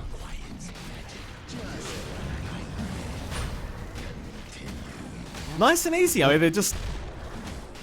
Kukuys again, they've had a great run throughout these qualifiers. They'll hand over the Ag's Blessing here to Ponyo. And that's going to be very nice as well. Just giving those demonic cleanse and purge charges always going to be very, very nice. In particular for this Bristleback. You know, just being able to get that demonic cleanse going on the Bristle going to feel really good. It will. I mean, again, a bot's been putting himself in the firing line, so he is the one that you will want to constantly try to bail out here. Has the secondary life to back up his buyback as well, and the Kukuys will go for the last smoke. If they find the angle in, this could be the end for the side of Boom Esports after a pretty rough time in the past day. And it's just facing off against Talon again, now going into Kukuys, who feels like they've got their number. A bot starting to go in. He is a Bristle. Hook is out, Jewel. A very nice hook landing on 2 heroes. They're trying to burst him down. Disruption will buy some time for Jewel to sign survivors. Now Mac commits the Echo. It's really only on Ponyo, and he actually refreshes it. Commits it again. The second one was whiffed, though. And Mac, he's going to try and BKB Ogre Seal tote him out of there. He will barely make it. Meanwhile, the grab ally, I believe, in the tombstone, so Tim's is still alive. Not for long, though, surely. In fact, he is. Glimmercape will save his life as a bot. Looking to retreat. Keep in mind, he still has his secondary life. But now Boom Esports, they've smoked up. They want to try and punish. But they aren't going to really be able to catch anyone, it seems, as... Well, the rest of Kukuys just retreat immediately. So it's a little bit awkward to force that fight. Just because you don't have that BKB up and running on a bot.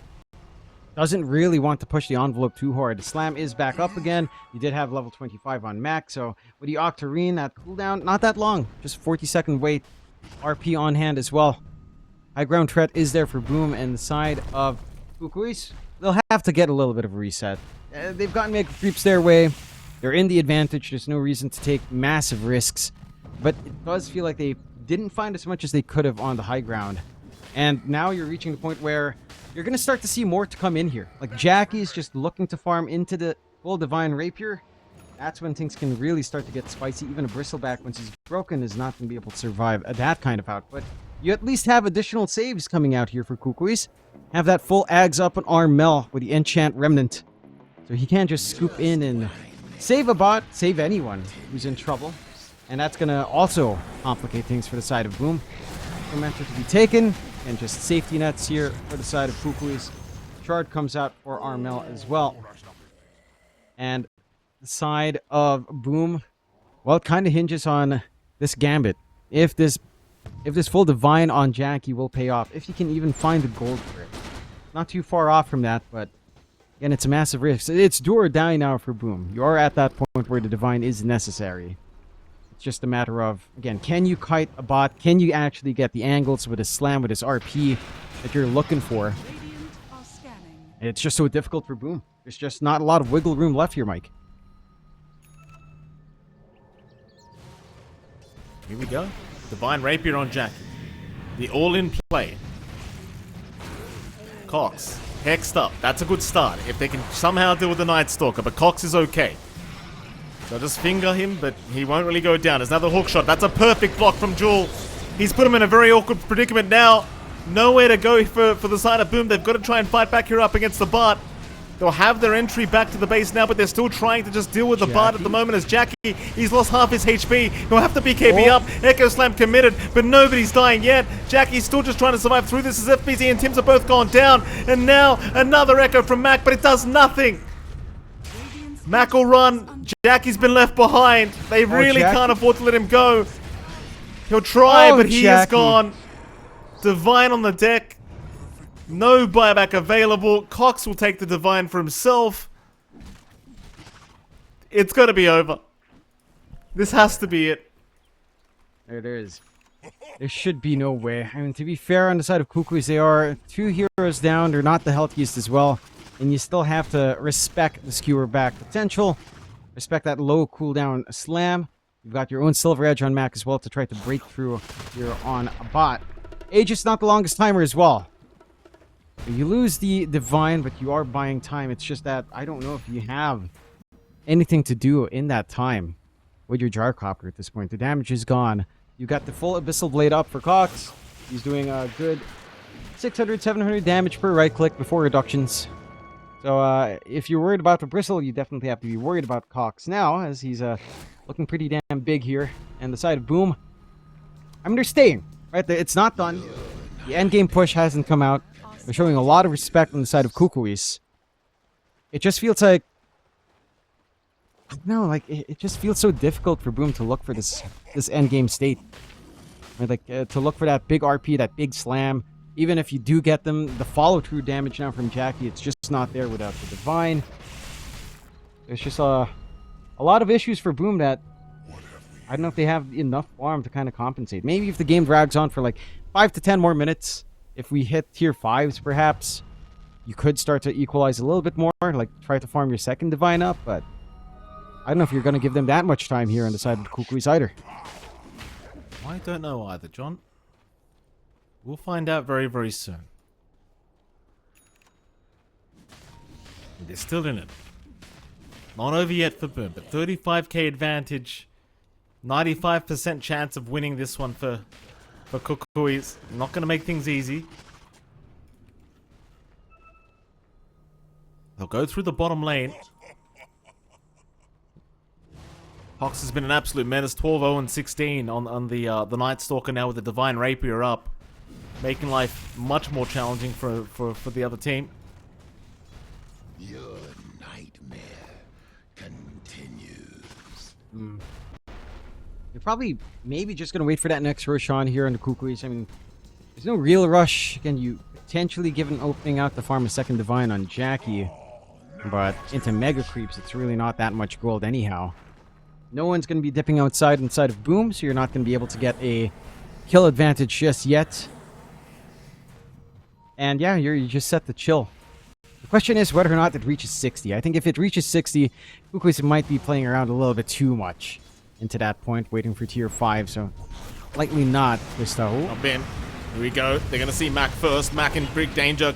Immediately, Cox just rushing right onto the Earthshaker. FPZ getting a nice RP, but the BKB's not going to allow him to skewer them into the fountain. Still, they'll try for Jewel. Zhao is gone. There's your Echo doing absolutely nothing here from Mac, so Mac might just be going down, and does. He'll buy back into the team fight. FPZ's got to look for some skewer plays into the fountain if he wants to defend this. The Ancient's already less than half HP. Cox is just taking it down. The Glyph will be forced out. They've got a bit more time to try and find a way to stop this attack coming in from Kukuys, but they've lost Jackie. They have lost everything, and the game's over. Kukuys have done it, Jonathan. They are going to the grand final as a part of us. Who's the problem? Who's the problem? Oh, boy. What a spot.